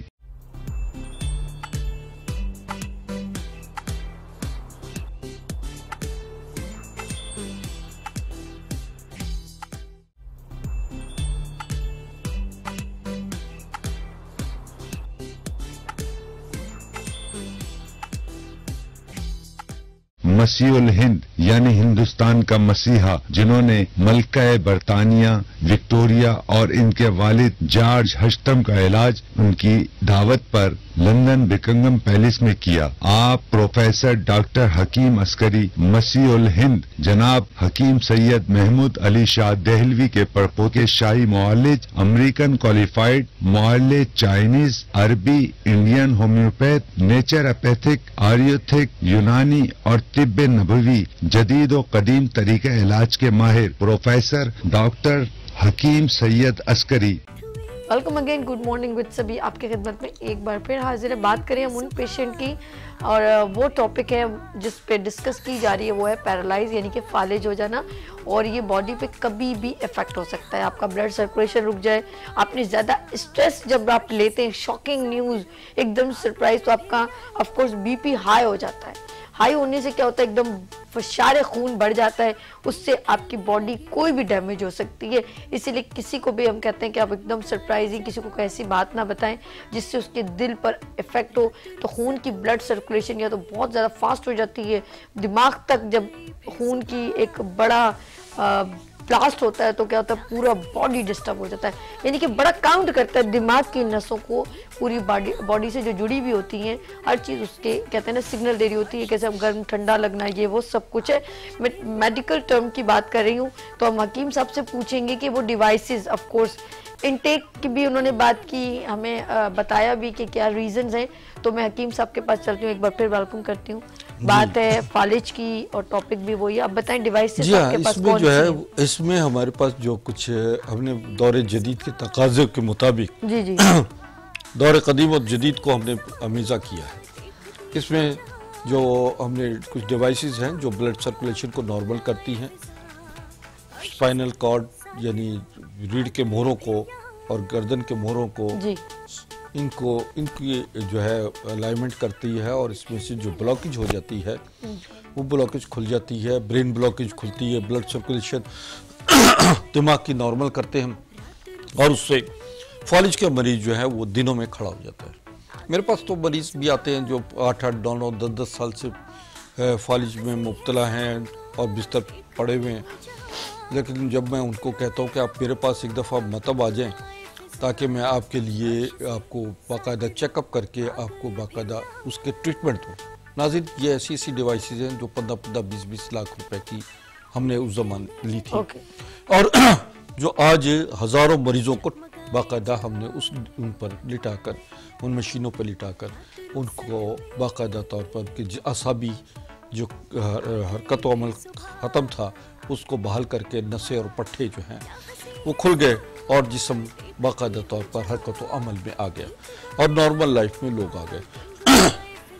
इसका एक तो ये है कि ये आप इससे ये होता है कि बॉडी में जो कम्युनिकेशन सिस्टम है वो बहाल हो जाता है, और देखिए जिस्म में आपके बाकायदा तौर पर नेगेटिव आइन और पॉजिटिव आइन जो हैं वो काम कर रहे हो। ओके। अगर वहाँ पर कोई भी, जैसे ये पूरी इंसान जो है जिस्म बॉडी जो है ये एक इलेक्ट्रॉनिक प्लांट है, इलेक्ट्रिक प्लांट है बॉडी का। जो आपके बॉडी को टेम्परेचर को मेंटेन रखता है, जो आपकी ब्लड सर्कुलेशन मेंटेन रखता है, जो हार्ट बीट को बाकायदा एक्यूरेट रखता है। ओके। और आपका लंग्स, आपके लिवर और तमाम पूरी बॉडी का निज़ाम जो है, ये इसमें आपका इलेक्ट्रिक सिस्टम है बॉडी का, उसका बड़ा कार फरमा होता है। तो कॉल आ गई है, तो कॉल बात करें। हेलो, अस्सलाम वालेकुम। सभी कैसी हैं आप? मैं ठीक हूँ। प्रोग्राम में आपका देख रहा था, गुड मॉर्निंग शो बड़ा जबरदस्त कर रही हैं और हकीम अस्करी साहब आपके साथ बैठे हैं। मैं बड़ा जबरदस्त प्रोग्राम चल रहा है और माशाल्लाह से फायदा भी हासिल करते हुए लोग नजर भी आ रहे हैं। आपके प्रोग्राम से बहुत सी चीजें अच्छी होती हुई भी दिखाई दे रही हैं। बहुत शुक्रिया। और सबसे इम्पोर्टेंट चीज ये है कि लोगों को आगाही आप फराहम कर रही हैं, खासकर जो आजकल लोग बहुत ज्यादा जो है पेचीदा मसाइल में उलझे हुए हैं, उनको आप कम से कम अपने प्लेटफॉर्म से, अम्बिनत के प्लेटफॉर्म से आप एक अच्छा प्रोग्राम भी कर रही हैं। जिन डॉक्टर्स को आप, हकीम को यहाँ पर बुलाती हैं, उनसे लोग बहुत ज्यादा जो है इलाज के लिए जो है राब्ता भी करते हैं और बहुत से फायदा भी होता हुआ दिखाई दे रहा है। हकीम अस्करी साहब जिस तरह उन्होंने, अभी मैं प्रोग्राम देख रहा था, बड़ी जबरदस्त गुफ्तगू कर रहे थे और बड़े अच्छे जो है अंदाज में अपनी चीजों को जो है लोगों तक मुफीद मशवरे भी दे रहे थे। तो ये एक अच्छा साइन है आप कर रही हैं सभी अपने गुड मॉर्निंग शो में। बहुत शुक्रिया शहजाद भाई, लेकिन मेरे पास आपका एक सवाल आया है और आप हकीम साहब से बात करें। मुझे मालूम हुआ है कि आपकी जो मिसेज है वो मेरे ख्याल में 6 या 8 महीने से पैरालाइज हैं। अब आपने बात इनसे करनी है और उनकी पूरी डिटेल इनसे शेयर करनी है। जी बात कीजिए हकीम साहब से। जी वालेकुम, अल्लाह की रहमत। बड़ा जबरदस्त प्रोग्राम मैं देख रहा था अभी आपका यहाँ पर साबी का गुड मॉर्निंग का, और इसमें मैं देख रहा हूँ कि क्योंकि मैं भी एक मसाइल में भी, अल्लाह ताला मेरे भी मसाइल हल करे, इंशाअल्लाह बिल्कुल। मेरी वाइफ के साथ भी तकरीबन ये 9वां माह है पैरालाइज हुई है। एक माह तक क्योंकि लेफ्ट हैंड, लेफ्ट लेग और आइज पे भी अब बहुत ज्यादा प्रॉब्लम्स आती हुई दिखाई दे रही है ना, क्योंकि इन सब चीजों से मैंने इलाज काफी करवाया है। अब तक कहीं से मुझे कोई फायदा होता हुआ दिखाई नहीं दे रहा। सबसे पहले तो 1 माह तक उसे जो है जिना हॉस्पिटल में एडमिट रहे, फिर मैं गुलशन इकबाल में एक डॉक्टर नसीम साहब हैं उनके पास से इलाज करा रहा था, और आजकल मैं जो अभी करंटली 2 माह हुए हैं मुझे ये सलाम कसरी साहब हैं न्यू कराची में, अभी मैं वहां से उनका इलाज करवा रहा हूँ, लेकिन फायदा मुझे कुछ नहीं हो रहा है हकीम साहब, क्योंकि मैं नुस्खे आपके बड़ी जबरदस्त देख रहा हूँ, जो एडवाइस आप दे रहे हैं यहाँ पर लोगों को, उससे लोग जो है फायदा हासिल करते हुए। देखिए ब्रदर, मैं आपको शहजाद साहब बता रहा हूँ कि मैंने अभी जिक्र किया कि मेरे पास डिवाइसेस मौजूद हैं और इसमें कुछ मशीनें और कुछ हमारे एक्यूपंक्चर पॉइंट्स जो हैं उस पर भी हम काम कर रहे हैं। आप अपनी वाइफ को मेरे पास मेरे मतलब तशरीफ़ ले आएँ ताकि मैं उनका बाकायदा चेकअप भी कर लूँ, और टाइमिंग वगैरह जो है वो आप मेरे फ़ोन नंबर चल रहे हैं, इस पर फ़ोन नंबर से आप कॉल करके ना टाइम भी। अच्छा ठीक है। मैं ये कि शहजाद भाई आपको ना, शहजादा भाई आपको जो है जाहिर सी बात है एक डिटेल पूरी अपनी मिसेस की लेके जानी होगी, मिसेस को लेके जाना होगा। आप परेशान ना हो, अल्लाह पाक उनको सेहत दे और बहुत जल्द वो दोबारा अपनी ज़िंदगी में रवां दवा होंगी, तुम्हारे बच्चों के साथ खुश होंगी, और जितनी मोहब्बत के साथ अपनी बीवी के लिए आप परेशान हो रहे हैं और अल्लाह पाक के बहुत आप करीब हैं, क्योंकि कुछ आजमाइश जब आती है तो वो चाहत खुदा होती है। तो आप परेशान ना हो, मेरी दुआएं आपके साथ, अपना बहुत ख्याल रखिएगा, और नंबर स्क्रीन पर मौजूद है, आप हकीम साहब का नंबर भी ले सकते हैं। ठीक है, थैंक यू। बहुत शुक्रिया साबी, आपने मुझे लाइन पे लिया और मेरे जो है मसाइल को उजागर करने की। मेरे साथ हजारों लोगों के मसाइल ऐसे हैं, और जिस तरह आप प्रोग्राम कर रही है माशाल्लाह, और जिन लोगों का खासकर जो दर्द रखती हैं आप, वो काबिल तहसीन है। शहजादा भाई आप जो हैं माशाल्लाह बड़ा प्यारा प्रोग्राम करते हैं स्पोर्ट्स का, और आप स्पोर्ट्स में ये कहूंगी इस वक्त वीनस टीवी की जान है, और अल्लाह पाक आपको सेहत और इसी तरह भरपूर अंदाज में जो है प्रोग्राम करते रहे। आज मेरे साथ जो गेस्ट आए थे वो स्पोर्ट्स के, तो मैंने कहा स्पेशल हमारा एक भाई है वो प्रोग्राम करता है, आप जरूर वहां जाइएगा। थैंक यू शहजाद भाई। शहजादा भाई बहुत शुक्रिया, thank you so much, thank you, जज़ाकल्लाह। अच्छा जी, देखिए ऑफ कोर्स हर तबका फिक्र से लोग जो है वो कहीं ना कहीं अपने घर के लोगों के मसाइल में भी काम तो करें, लेकिन बिल्कुल उलझे में मसाइल से भी दबर आजमा ये जिंदगी का एक हिस्सा है। बिल्कुल बिल्कुल। और फिर अगर शौहर या बीवी का एक अहम फर्द जो है वो अगर लेट जाता है तो पूरा घर जो है वो मसाइल स्थान बन जाता है। बिल्कुल। मेरी दुआ है शहजाद साहब को अल्लाह ताला इनके मसाइल से भी निकाले, और हमें अल्लाह ताला अगर खिदमत का मौका देता है तो इसके लिए हमें फ़ख्र भी होगा कि हम शहजाद साहब के, और मैं शहजादा नाम है, और मैं स्पेशल आपको रिक्वेस्ट करूंगी कि आप उनके लिए बहुत अच्छी फेवर्स कीजिएगा, और बस उनकी वाइफ बोलने लग जाएं, उठ जाएं, मेरे लिए यही बहुत हो जाएगा। इंशाल्लाह 1 से 2 महीने के अंदर जो है इंशाल्लाह नॉर्मल हो जाता है। मेरे बड़े बड़े बिगड़े हुए केस मेरे पास फॉलिज के आते हैं, 15-15, 20-20 साल पुराने केसेस ऐसे हैं, और बिल्कुल वो चंद महीनों में ही वो आम नॉर्मल लाइफ की तरह चलते हैं, आप जिंदगी में आ जाते हैं, रवा दवा हो जाता है उनका जिंदगी का। अच्छा, तो आपने जिस तरह डिवाइस की बात की नाज़रीन, मैंने अपनी आंखों से देखा है। डॉक्टर साहब सही तरह ना, डॉक्टर साहब आपने मेरे से ट्रेनिंग नहीं ली, सही नहीं पर ब्रीफ कर रहे हैं, बता नहीं रहे नाज़रीन को। इनके पास नहीं, बहुत अच्छा माशाल्लाह बताते हैं। मैं बताऊं, मैं खुद उस एक मतलब बेड है जिसपे इंसान पूरा लेट जाता है, लेकिन वो बेड हम कह रहे हैं, लेकिन वो बेसिकली एक डिवाइस है।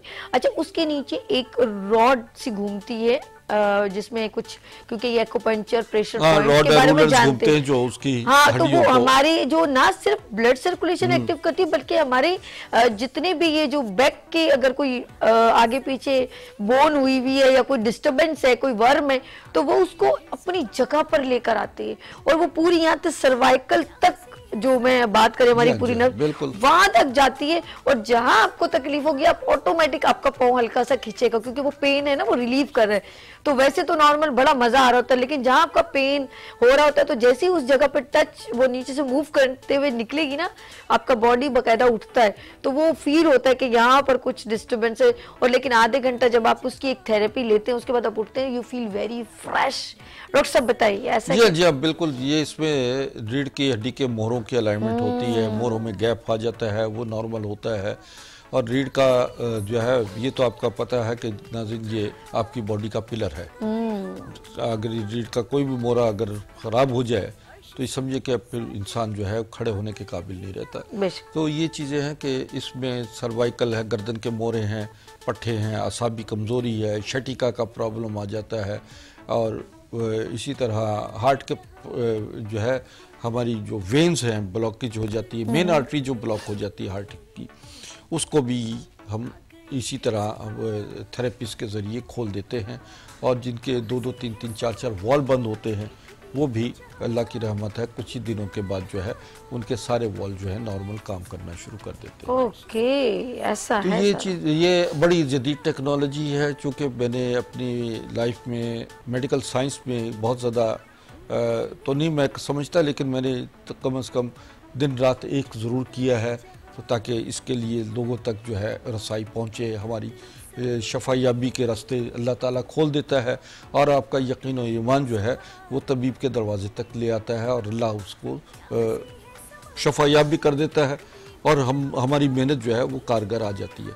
तो नाज़रीन, बात यह है कि ये आज का जो मौजू है फालिज, ये ऐसा मौजू है कि जिसमें जैसे अभी जिक्र हुआ शहजाद साहब का, एक जो घर में काम करने वाली खातून है, जो घर को संभालने वाली है, अगर बिस्तर पे पड़ जाए तो वो फिर खातून का काम भी शहजाद साहब को करना पड़ता है। शहजादा मोइन शहजादा मोइन अपनी मम्मा का शहजादा। हाँ जी, अच्छा बात करेंगे हम। ऑफ कोर्स हर पेशेंट घर में कहीं ना कहीं आपके इर्द गिर्द कहीं पेशेंट होता है, और हमें कम से कम कहते हैं कुछ किसी के लिए कुछ बेहतर कर लिया जाए और ब्रिज बन लिया जाए। आपके इर्द गिर्द भी कोई ऐसा पर्सन होगा, तो अगर आप उसको ये नंबर डॉक्टर साहब का दे दें तो अच्छा है, किसी न किसी का कोई मसला हल हो जाए। जैसे हम लोग अक्सर ऐसे लोगों की मार्केटिंग कर रहे होते हैं कि हमें कुछ पता होता है यार उसके पास चले जाओ, तो ये भी एक सदका जारी है जिससे कोई मुस्तफीद हो जाए। हमें पॉजिटिव भी सोचना चाहिए। बात करें आज हमारा पैरालाइज और फालिज की, एक होता है कि जब हमारे पाँव सुन होने लग जाते हैं, डॉक्टर साहब ये भी होता है कि ऐसे जैसे पाँव सूज जाते हैं, सुन हो जाना, पाँव का सुन होना, दिमाग का कुछ हिस्सा जो है बाजुकात इंडिकेशन देता है कि आपको यहाँ पर फड़फड़ाहट शुरू हो जाती है, इंडिकेशन, आपकी जुबान में हल्की सी बोलने में लुकनत सी आना शुरू हो जाती है, इंडिकेशन है। फिर आपको कभी कभी जिस्म का कोई हिस्सा फड़फड़ाना शुरू हो जाता है, ये इंडिकेशन होती है कि आपको फालिज का खतरा की तरफ है। बाज़ औक़ात आप समझते हैं कि आपका बैठे बैठे बाजू या टांग सुन होना शुरू हो जाए, तो कॉन्शियस हो जाइए कि ये फालिज के ख़तरे की घंटी बजना शुरू हो गई है। आपको अपना फ़ौरन इंटेक चेंज करना चाहिए, खाना पीना आपको बदलना चाहिए, ठंडा पानी का इस्तेमाल बंद कर दीजिए, और इसी तरीके से अपने ब्लड प्रेशर को, अपने शुगर को और अपने जिस्मानी तवाज़ुन को बरकरार रखने के लिए आप मौलिज से फ़ौरी तौर पर रब्ता कर लीजिए। गर्म पानी का इस्तेमाल शुरू रखें। इसमें आप गर्म पानी में आप फ़ौरी तौर पर पुदीना, सुहांजना, पुदीने के भी 21 पत्ते, सुहांजने के 21 पत्ते, नीम के 5 पत्ते और तेज़पात के 7 पत्ते, इसका बॉयल कीजिए, इसका कहवा बना के पीना शुरू कर दीजिए। यखनी बनाइए, बकरे के गोश्त की हड्डियों की यखनी हो, इसी तरह आप मुर्गी के पंजों की यखनी बना के इस्तेमाल कीजिए, और देसी मुर्गी हो या कबूतर हो उसकी यखनी बनाइए, और उसमें बाकायदा आप उसके साथ जो है यखनी के साथ जौ का दलिया यखनी में डाल लीजिए, और वो बाकायदा तौर पर उसको सुबह और शाम मरीज़ को खिलाना शुरू कर दीजिए। तो ये फौरी तौर पर प्रिकॉशंस होती हैं, ग़िज़ाई आपकी ग़िज़ा भी है, ये दवा भी है। इस तरफ आ जाइए, मसाज शुरू कर दीजिए मरीज़ का, और कमरे का रूम का टेम्परेचर जो है वो नॉर्मल होना चाहिए। पास मरीज जो है वो पंखा चला के, एसी चला कर, गर्म ठंडे हो जाते हैं, उसमें ऐसा वो फौली जो है वो बाकायदा वो खराब हो जाता है, उसका निज़ाम बॉडी का और बिगड़ जाता है। और अभी जैसे गर्मी आ रही है, डॉक्टर साहब ने बड़ा पॉइंट की बात की, एकदम आप लोग एसी से गर्मी से फौरन चिल हवा में जाने से जरा सा परहेज कीजिए। अच्छा डॉक्टर साहब, ज़बान की जो एक आती है वर्किंग रुक जाती है, तो क्या वो कुछ टाइम के लिए होती है, या फीलिंग कैसे होती है कि ज़बान एकदम बंदा बोलने या मुंह बिल्कुल इस तरफ हो जाता है, टेढ़ा स्टिल हो जाता है, सख्त हो जाती है, हार्ड हो जाती है। जिस तरह नरम जुबान हमारे पास, तो उसमें हार्डनेस आ जाती है जुबान का, और बोलने का जो है वो क्योंकि सारी आपका ताल्लुक जो है ब्रेन से है। बिल्कुल बिल्कुल। तो जब ब्रेन में ब्लॉकेज हो जाती है, वहाँ कम्युनिकेशन सिस्टम डिस्टर्ब हो जाता है, दिमाग से निकल तो रहा होता है लफ्ज़, तो आ रहे थे, सब कुछ हो रहा था, सब समझ रहा होता है, लेकिन जुबान नहीं हिल रही होती। ऐसे ही असाबी यानी हाथ और पैर जो है वो उसका मूवमेंट जो है वो ख़त्म हो जाती है।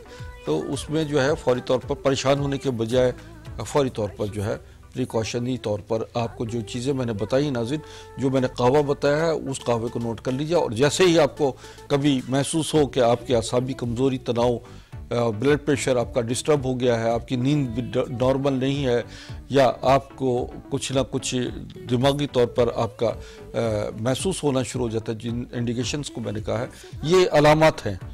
और इन अलामात को जैसे आप महसूस करें, फौरी तौर पर आप रब्ता कर लीजिए और अपना इंटेक चेंज कर लीजिए, यानी ठंडा यख पानी का इस्तेमाल बंद कर दीजिए, और ज़्यादा ऐसी अशिया जो कि निज़ाम हज़म की ख़राबी का बाइस बने, उन्हें छोड़ दीजिए, और ज़ुद हज़म ग़िज़ाओं का इस्तेमाल शुरू कर दीजिए।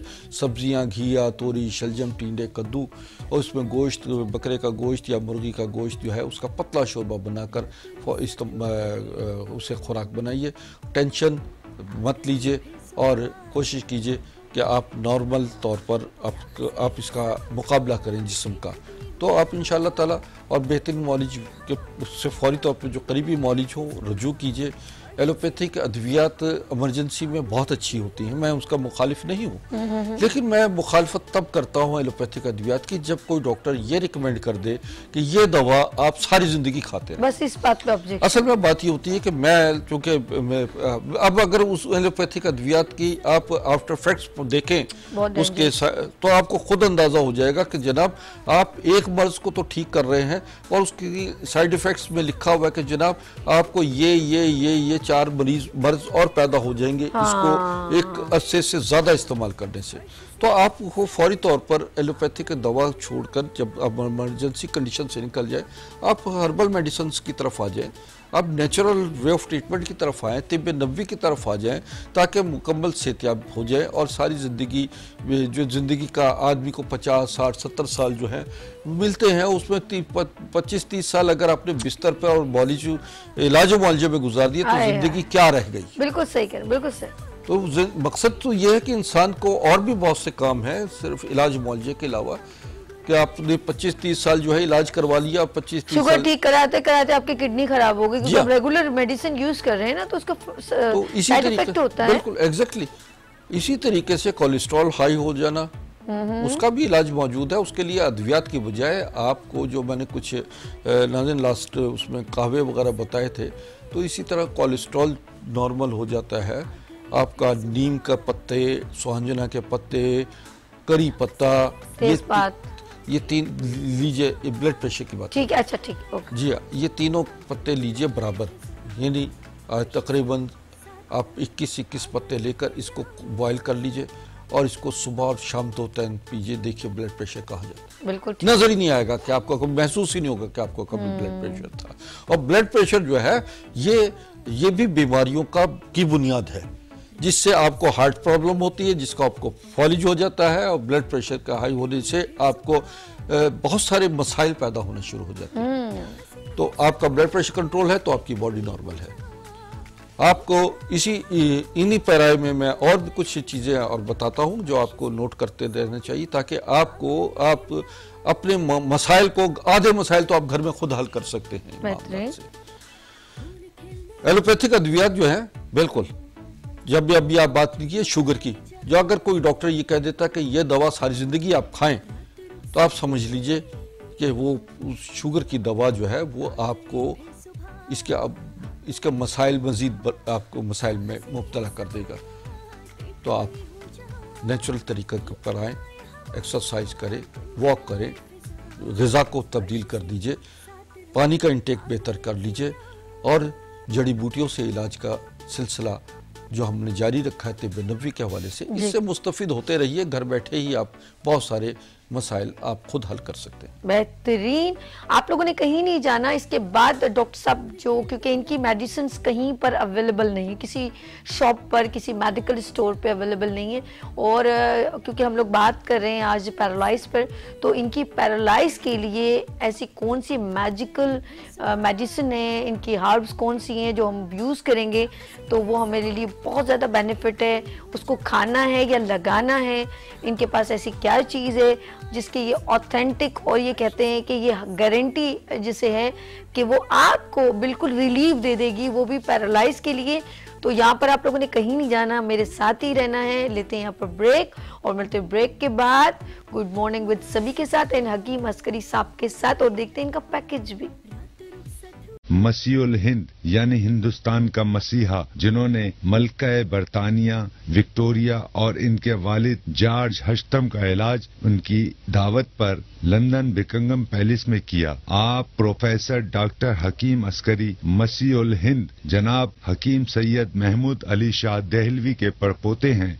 हिंदुस्तान और पाकिस्तान की 7 रियासतों सल्तनत उस्मानिया, हैदराबाद, दक्कन, मालेरा कोटला, रामपुर स्टेट, लोहार स्टेट, सिंध की खैरपुर, मेरस, खैरपुर स्टेट, सहारनपुर और जूनागढ़ स्टेट के शाही तबीब, जिनका खिताब था हाजी कुल हिंद यानी तबी स्कॉलर ऑफ इंडिया, हकीम सैयद जफरयाब अली शाह देहलवी के परपोते तबीब शाही अमायदीन सल्तनत, ईरान, अफगानिस्तान, उर्दन, पाक और हिंद के मुमताज शख्सियात के मुआलिज तबीबुल असर हकीम सैयद जफर अस्करी के फर्जंद वालिय रियासत नवाब जूनागढ़ के शाही मुआलिज, अमेरिकन क्वालिफाइड मुआलिज, चाइनीज, अरबी, इंडियन होम्योपैथ, नेचुरोपैथिक, आयुर्वेदिक, यूनानी और तिब्ब नबवी जदीद और कदीम तरीका इलाज के माहिर प्रोफेसर डॉक्टर हकीम सैयद अस्करी।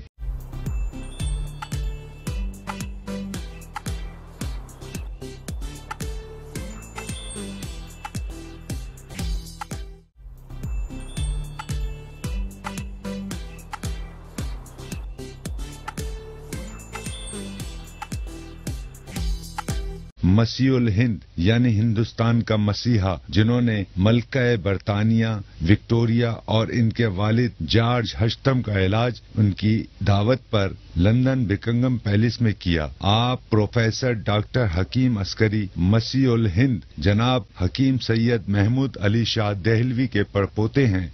हिंदुस्तान और पाकिस्तान की 7 रियासतों सल्तनत उस्मानिया, हैदराबाद, दक्कन, मालेरा कोटला, रामपुर स्टेट, स्टेट, लोहार स्टेट, सिंध की खैरपुर, मेरस, खैरपुर स्टेट, सहारनपुर और जूनागढ़ स्टेट के शाही तबीब जिनका खिताब था हाजी कुल हिंद यानी तबी स्कॉलर ऑफ इंडिया हकीम सैयद जफरयाब अली शाह देहलवी के पड़पोते तबीब शाही अमायदीन सल्तनत, ईरान, अफगानिस्तान, उर्दन, पाक और हिंद के मुमताज शख्सियात के मुआलिज तबीबुल असर हकीम सैयद जफर अस्करी के फर्जंद वालिय रियासत नवाब जूनागढ़ के शाही मुआलिज, अमेरिकन क्वालिफाइड मुआलिज, चाइनीज, अरबी, इंडियन होम्योपैथ, नेचुरोपैथिक, आयुर्वेदिक, यूनानी और तिब्ब नबवी जदीद व कदीम तरीका इलाज के माहिर प्रोफेसर डॉक्टर हकीम सैयद अस्करी।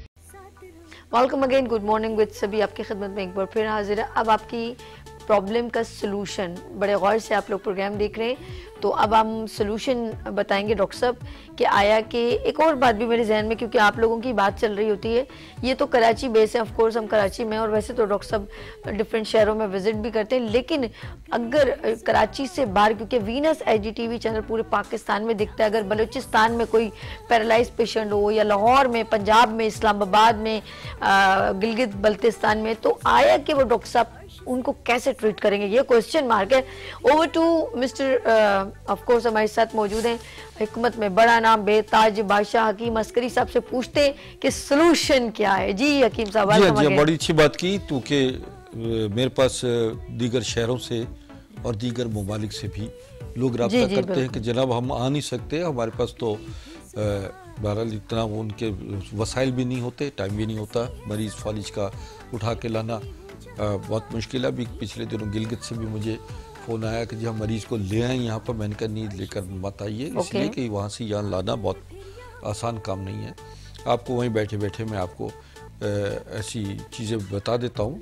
नाज़रीन, बात यह है कि हमारे पास अल्लाह की रहमत से वो हल भी मौजूद है कि घर बैठे भी आप दिनों में सेहतयाब हो सकते हैं माशाल्लाह, और बिल्कुल है उसके बड़े हैरतनाक, बड़े अमेजिंग रिजल्ट्स हैं जबरदस्त कि सालों का मरीज जो है वो दिनों में खड़ा हो जाता है माशाल्लाह। इसमें हमारी एक मैजिक क्रीम है जिसका नाम है अस्करी मैजिक क्रीम। ये मैजिक क्रीम नैनो टेक्नोलॉजी के तहत तैयार की गई है, और नैनो टेक्नोलॉजी में ये है कि वो जैसे ही लगाते हैं हम मरीज़ के रीढ़ की मोहरों पर, गर्दन के मोहरों पर और शहरक पे लगाते हैं, तो वो फौरी तौर पर खून में हल हो जाती है। खून में जैसे ही जाती है, खून में ऑक्सीजन लेवल बढ़ जाता है, और जैसी आपको मालूम होगा कि ऑक्सीजन जब ब्लड में बढ़ जाती है तो खून ताकतवर हो जाता है, ब्लड जो है उससे टॉक्सिन्स निकल जाते हैं। ब्लड से टॉक्सिन जैसे ही वो निकलते हैं तो खून की नालियाँ खुलना शुरू हो जाती हैं, खून से कोलेस्ट्रॉल ख़त्म होना शुरू हो जाता है, और खून की जैसी नालियाँ खुलती हैं हमारी 80-90% बीमारियाँ खून की ब्लॉकेज की वजह से हो जाती होती हैं, और नालियाँ जैसे खुलना शुरू हो जाती हैं बहुत सारे मसाइल आपके हल होना शुरू हो जाते हैं। दिल के मरीज़ का दिल का प्रॉब्लम हल होना शुरू होता है, पैरालाइज पेशेंट्स के असाब, पट्टे, नसें हरकतें अमल शुरू कर देती हैं, खुलना शुरू हो जाती हैं, और इसी तरीके से ब्रेन ब्लॉकेज खुलना शुरू हो जाती है।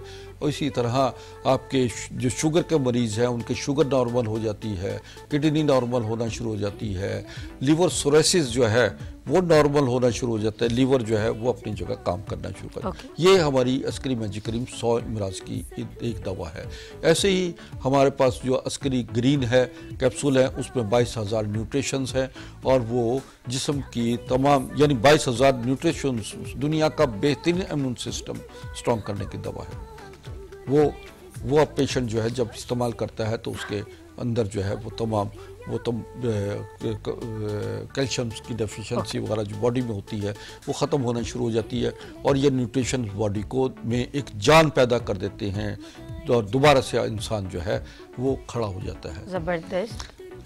तो इस तरह हमारे पास जो है ऑयल है, मसाज ऑयल है, अस्करी वाटर है, जो अस्करी वाटर 101 अमराज की दवा है, और ये किसी तारुफ की मोहताज नहीं है अद्वियात। हमारे पास यानी मुकम्मल एक सीरीज़ मौजूद है जो इंसान को ब्लड प्रेशर के मरीज़, शुगर के मरीज़, हार्ट के मरीज़, पैरालाइज पेशेंट्स और बेऔलादी के मरीज़ जो हैं वो इन अद्वियात को इस्तेमाल करने के बाद खुशखबरियाँ उनके दरवाजे पे खड़ी होती आ जाती। और ये आप ये समझिए कि जो चीज़ें अल्लाह ताला ने इस दुनिया में हमारे लिए सेहत और बका के लिए बनाई हैं, वो अगर इंसान उसको समझ ले और सीख ले और उन पर अमल शुरू कर दे तो बहुत सारे मामलात आप घर बैठे खुद अपने हल कर सकते हैं। आप मेरे फ़ोन नंबर चल रहे हैं। मेरी जितनी अद्वियात जो मैंने बताई हैं, ये हम मार्केटिंग नहीं करते। ये अद्वियात हम बाकायदा पार्सल के ज़रिए, कुरियर के ज़रिए पूरे दुनिया में हमारी जाती हैं। आप जहाँ कहीं भी बैठे हों, आप अपने व्हाट्सएप पर हमें से रब्ता कीजिए, ऑनलाइन जो है अपने आप को चेकअप करवाइए, वीडियो कॉलिंग के ज़रिए आप अपने मुआयना करवा लीजिए और इसी तरह आप अपनी जितनी भी रिपोर्ट्स हैं वो व्हाट्सएप करिए ताकि हम आपको बराह रास्त जहाँ घर बैठे आपको आपकी अद्वियात भी पहुँचा देंगे और आपका इलाज और मुआवजे के मामले में एक मुस्तनद तरीक़ाकार आपके साथ इंशाल्लाह। अच्छा डॉक्टर साहब, जिस तरह आपने कहा ना, नाज़रीन को माशाल्लाह बहुत अच्छी डिटेल बताई है। हमारे पास सिर्फ अभी 2 मिनट रह गए। मैं चाहती हूँ जाते जाते आप टाइमिंग बता दें, दिन बता दें। और नाज़रीन आप लोग इस वक्त जो जितने भी स्क्रीन पर डॉक्टर साहब के नंबर चल रहे हैं, प्रोग्राम जब ख़त्म हो गया तो आप इनसे रब्ता आराम कर लीजिएगा, आराम से डिटेल में बात कीजिएगा, क्योंकि जब तक किसी भी पेशेंट की प्रोफाइल और डिटेल शेयर नहीं की जाए तो उसे हम बीमारी को एक डायग्नोज करना या उसके लिए प्रिस्क्रिप्शन लिखना ये ज़रा टिपिकल होता है। तो आप नंबर नोट कर लीजिए डॉक्टर साहब, जाते जाते मैसेज भी दे दीजिए और टाइमिंग भी बता दीजिए। जी, मेरे टाइमिंग तो यही है कि मैं सुबह 11 से 2 बजे बैठता हूँ और शाम 4 से रात 9 बजे तक।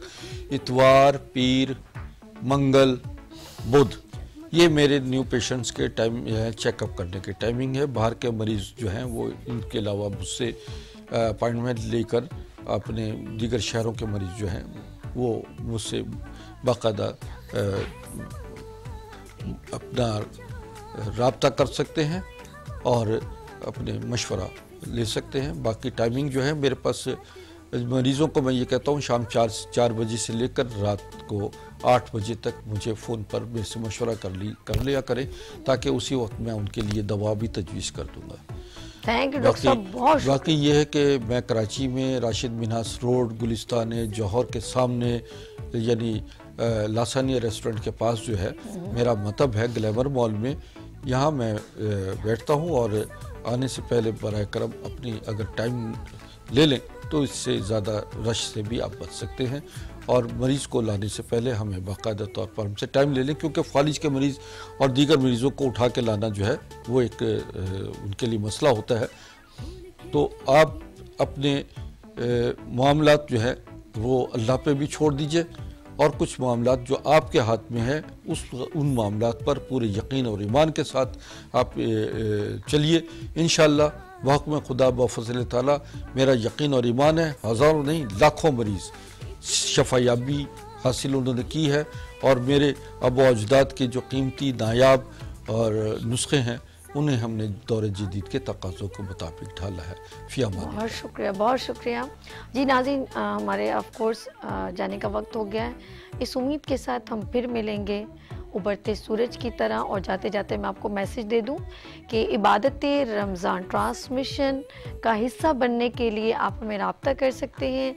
आप क्योंकि नात कंपटीशन का हिस्सा बनने के लिए और quiz program Islamic quiz program है और उसका हिस्सा बनने के लिए आप हमसे रब्ता कर सकते हैं। तो नंबर है 031582487004। वीनस HGTV चैनल पर एक खूबसूरत एक बार फिर इबादत रमज़ान की ट्रांसमिशन आ रही है। शाम आप 4 बजे से मगरिब की अजान की दुआ तक आप हमारे साथ ही रहेंगे। तो नंबर एक बार फिर बता दूँ 031582487004। अपना बहुत ख्याल रखिएगा, मुझे दुआ में याद रखिएगा। कल फिर मिलेंगे उभरते सूरज की तरह। अल्लाह हाफ़िज़।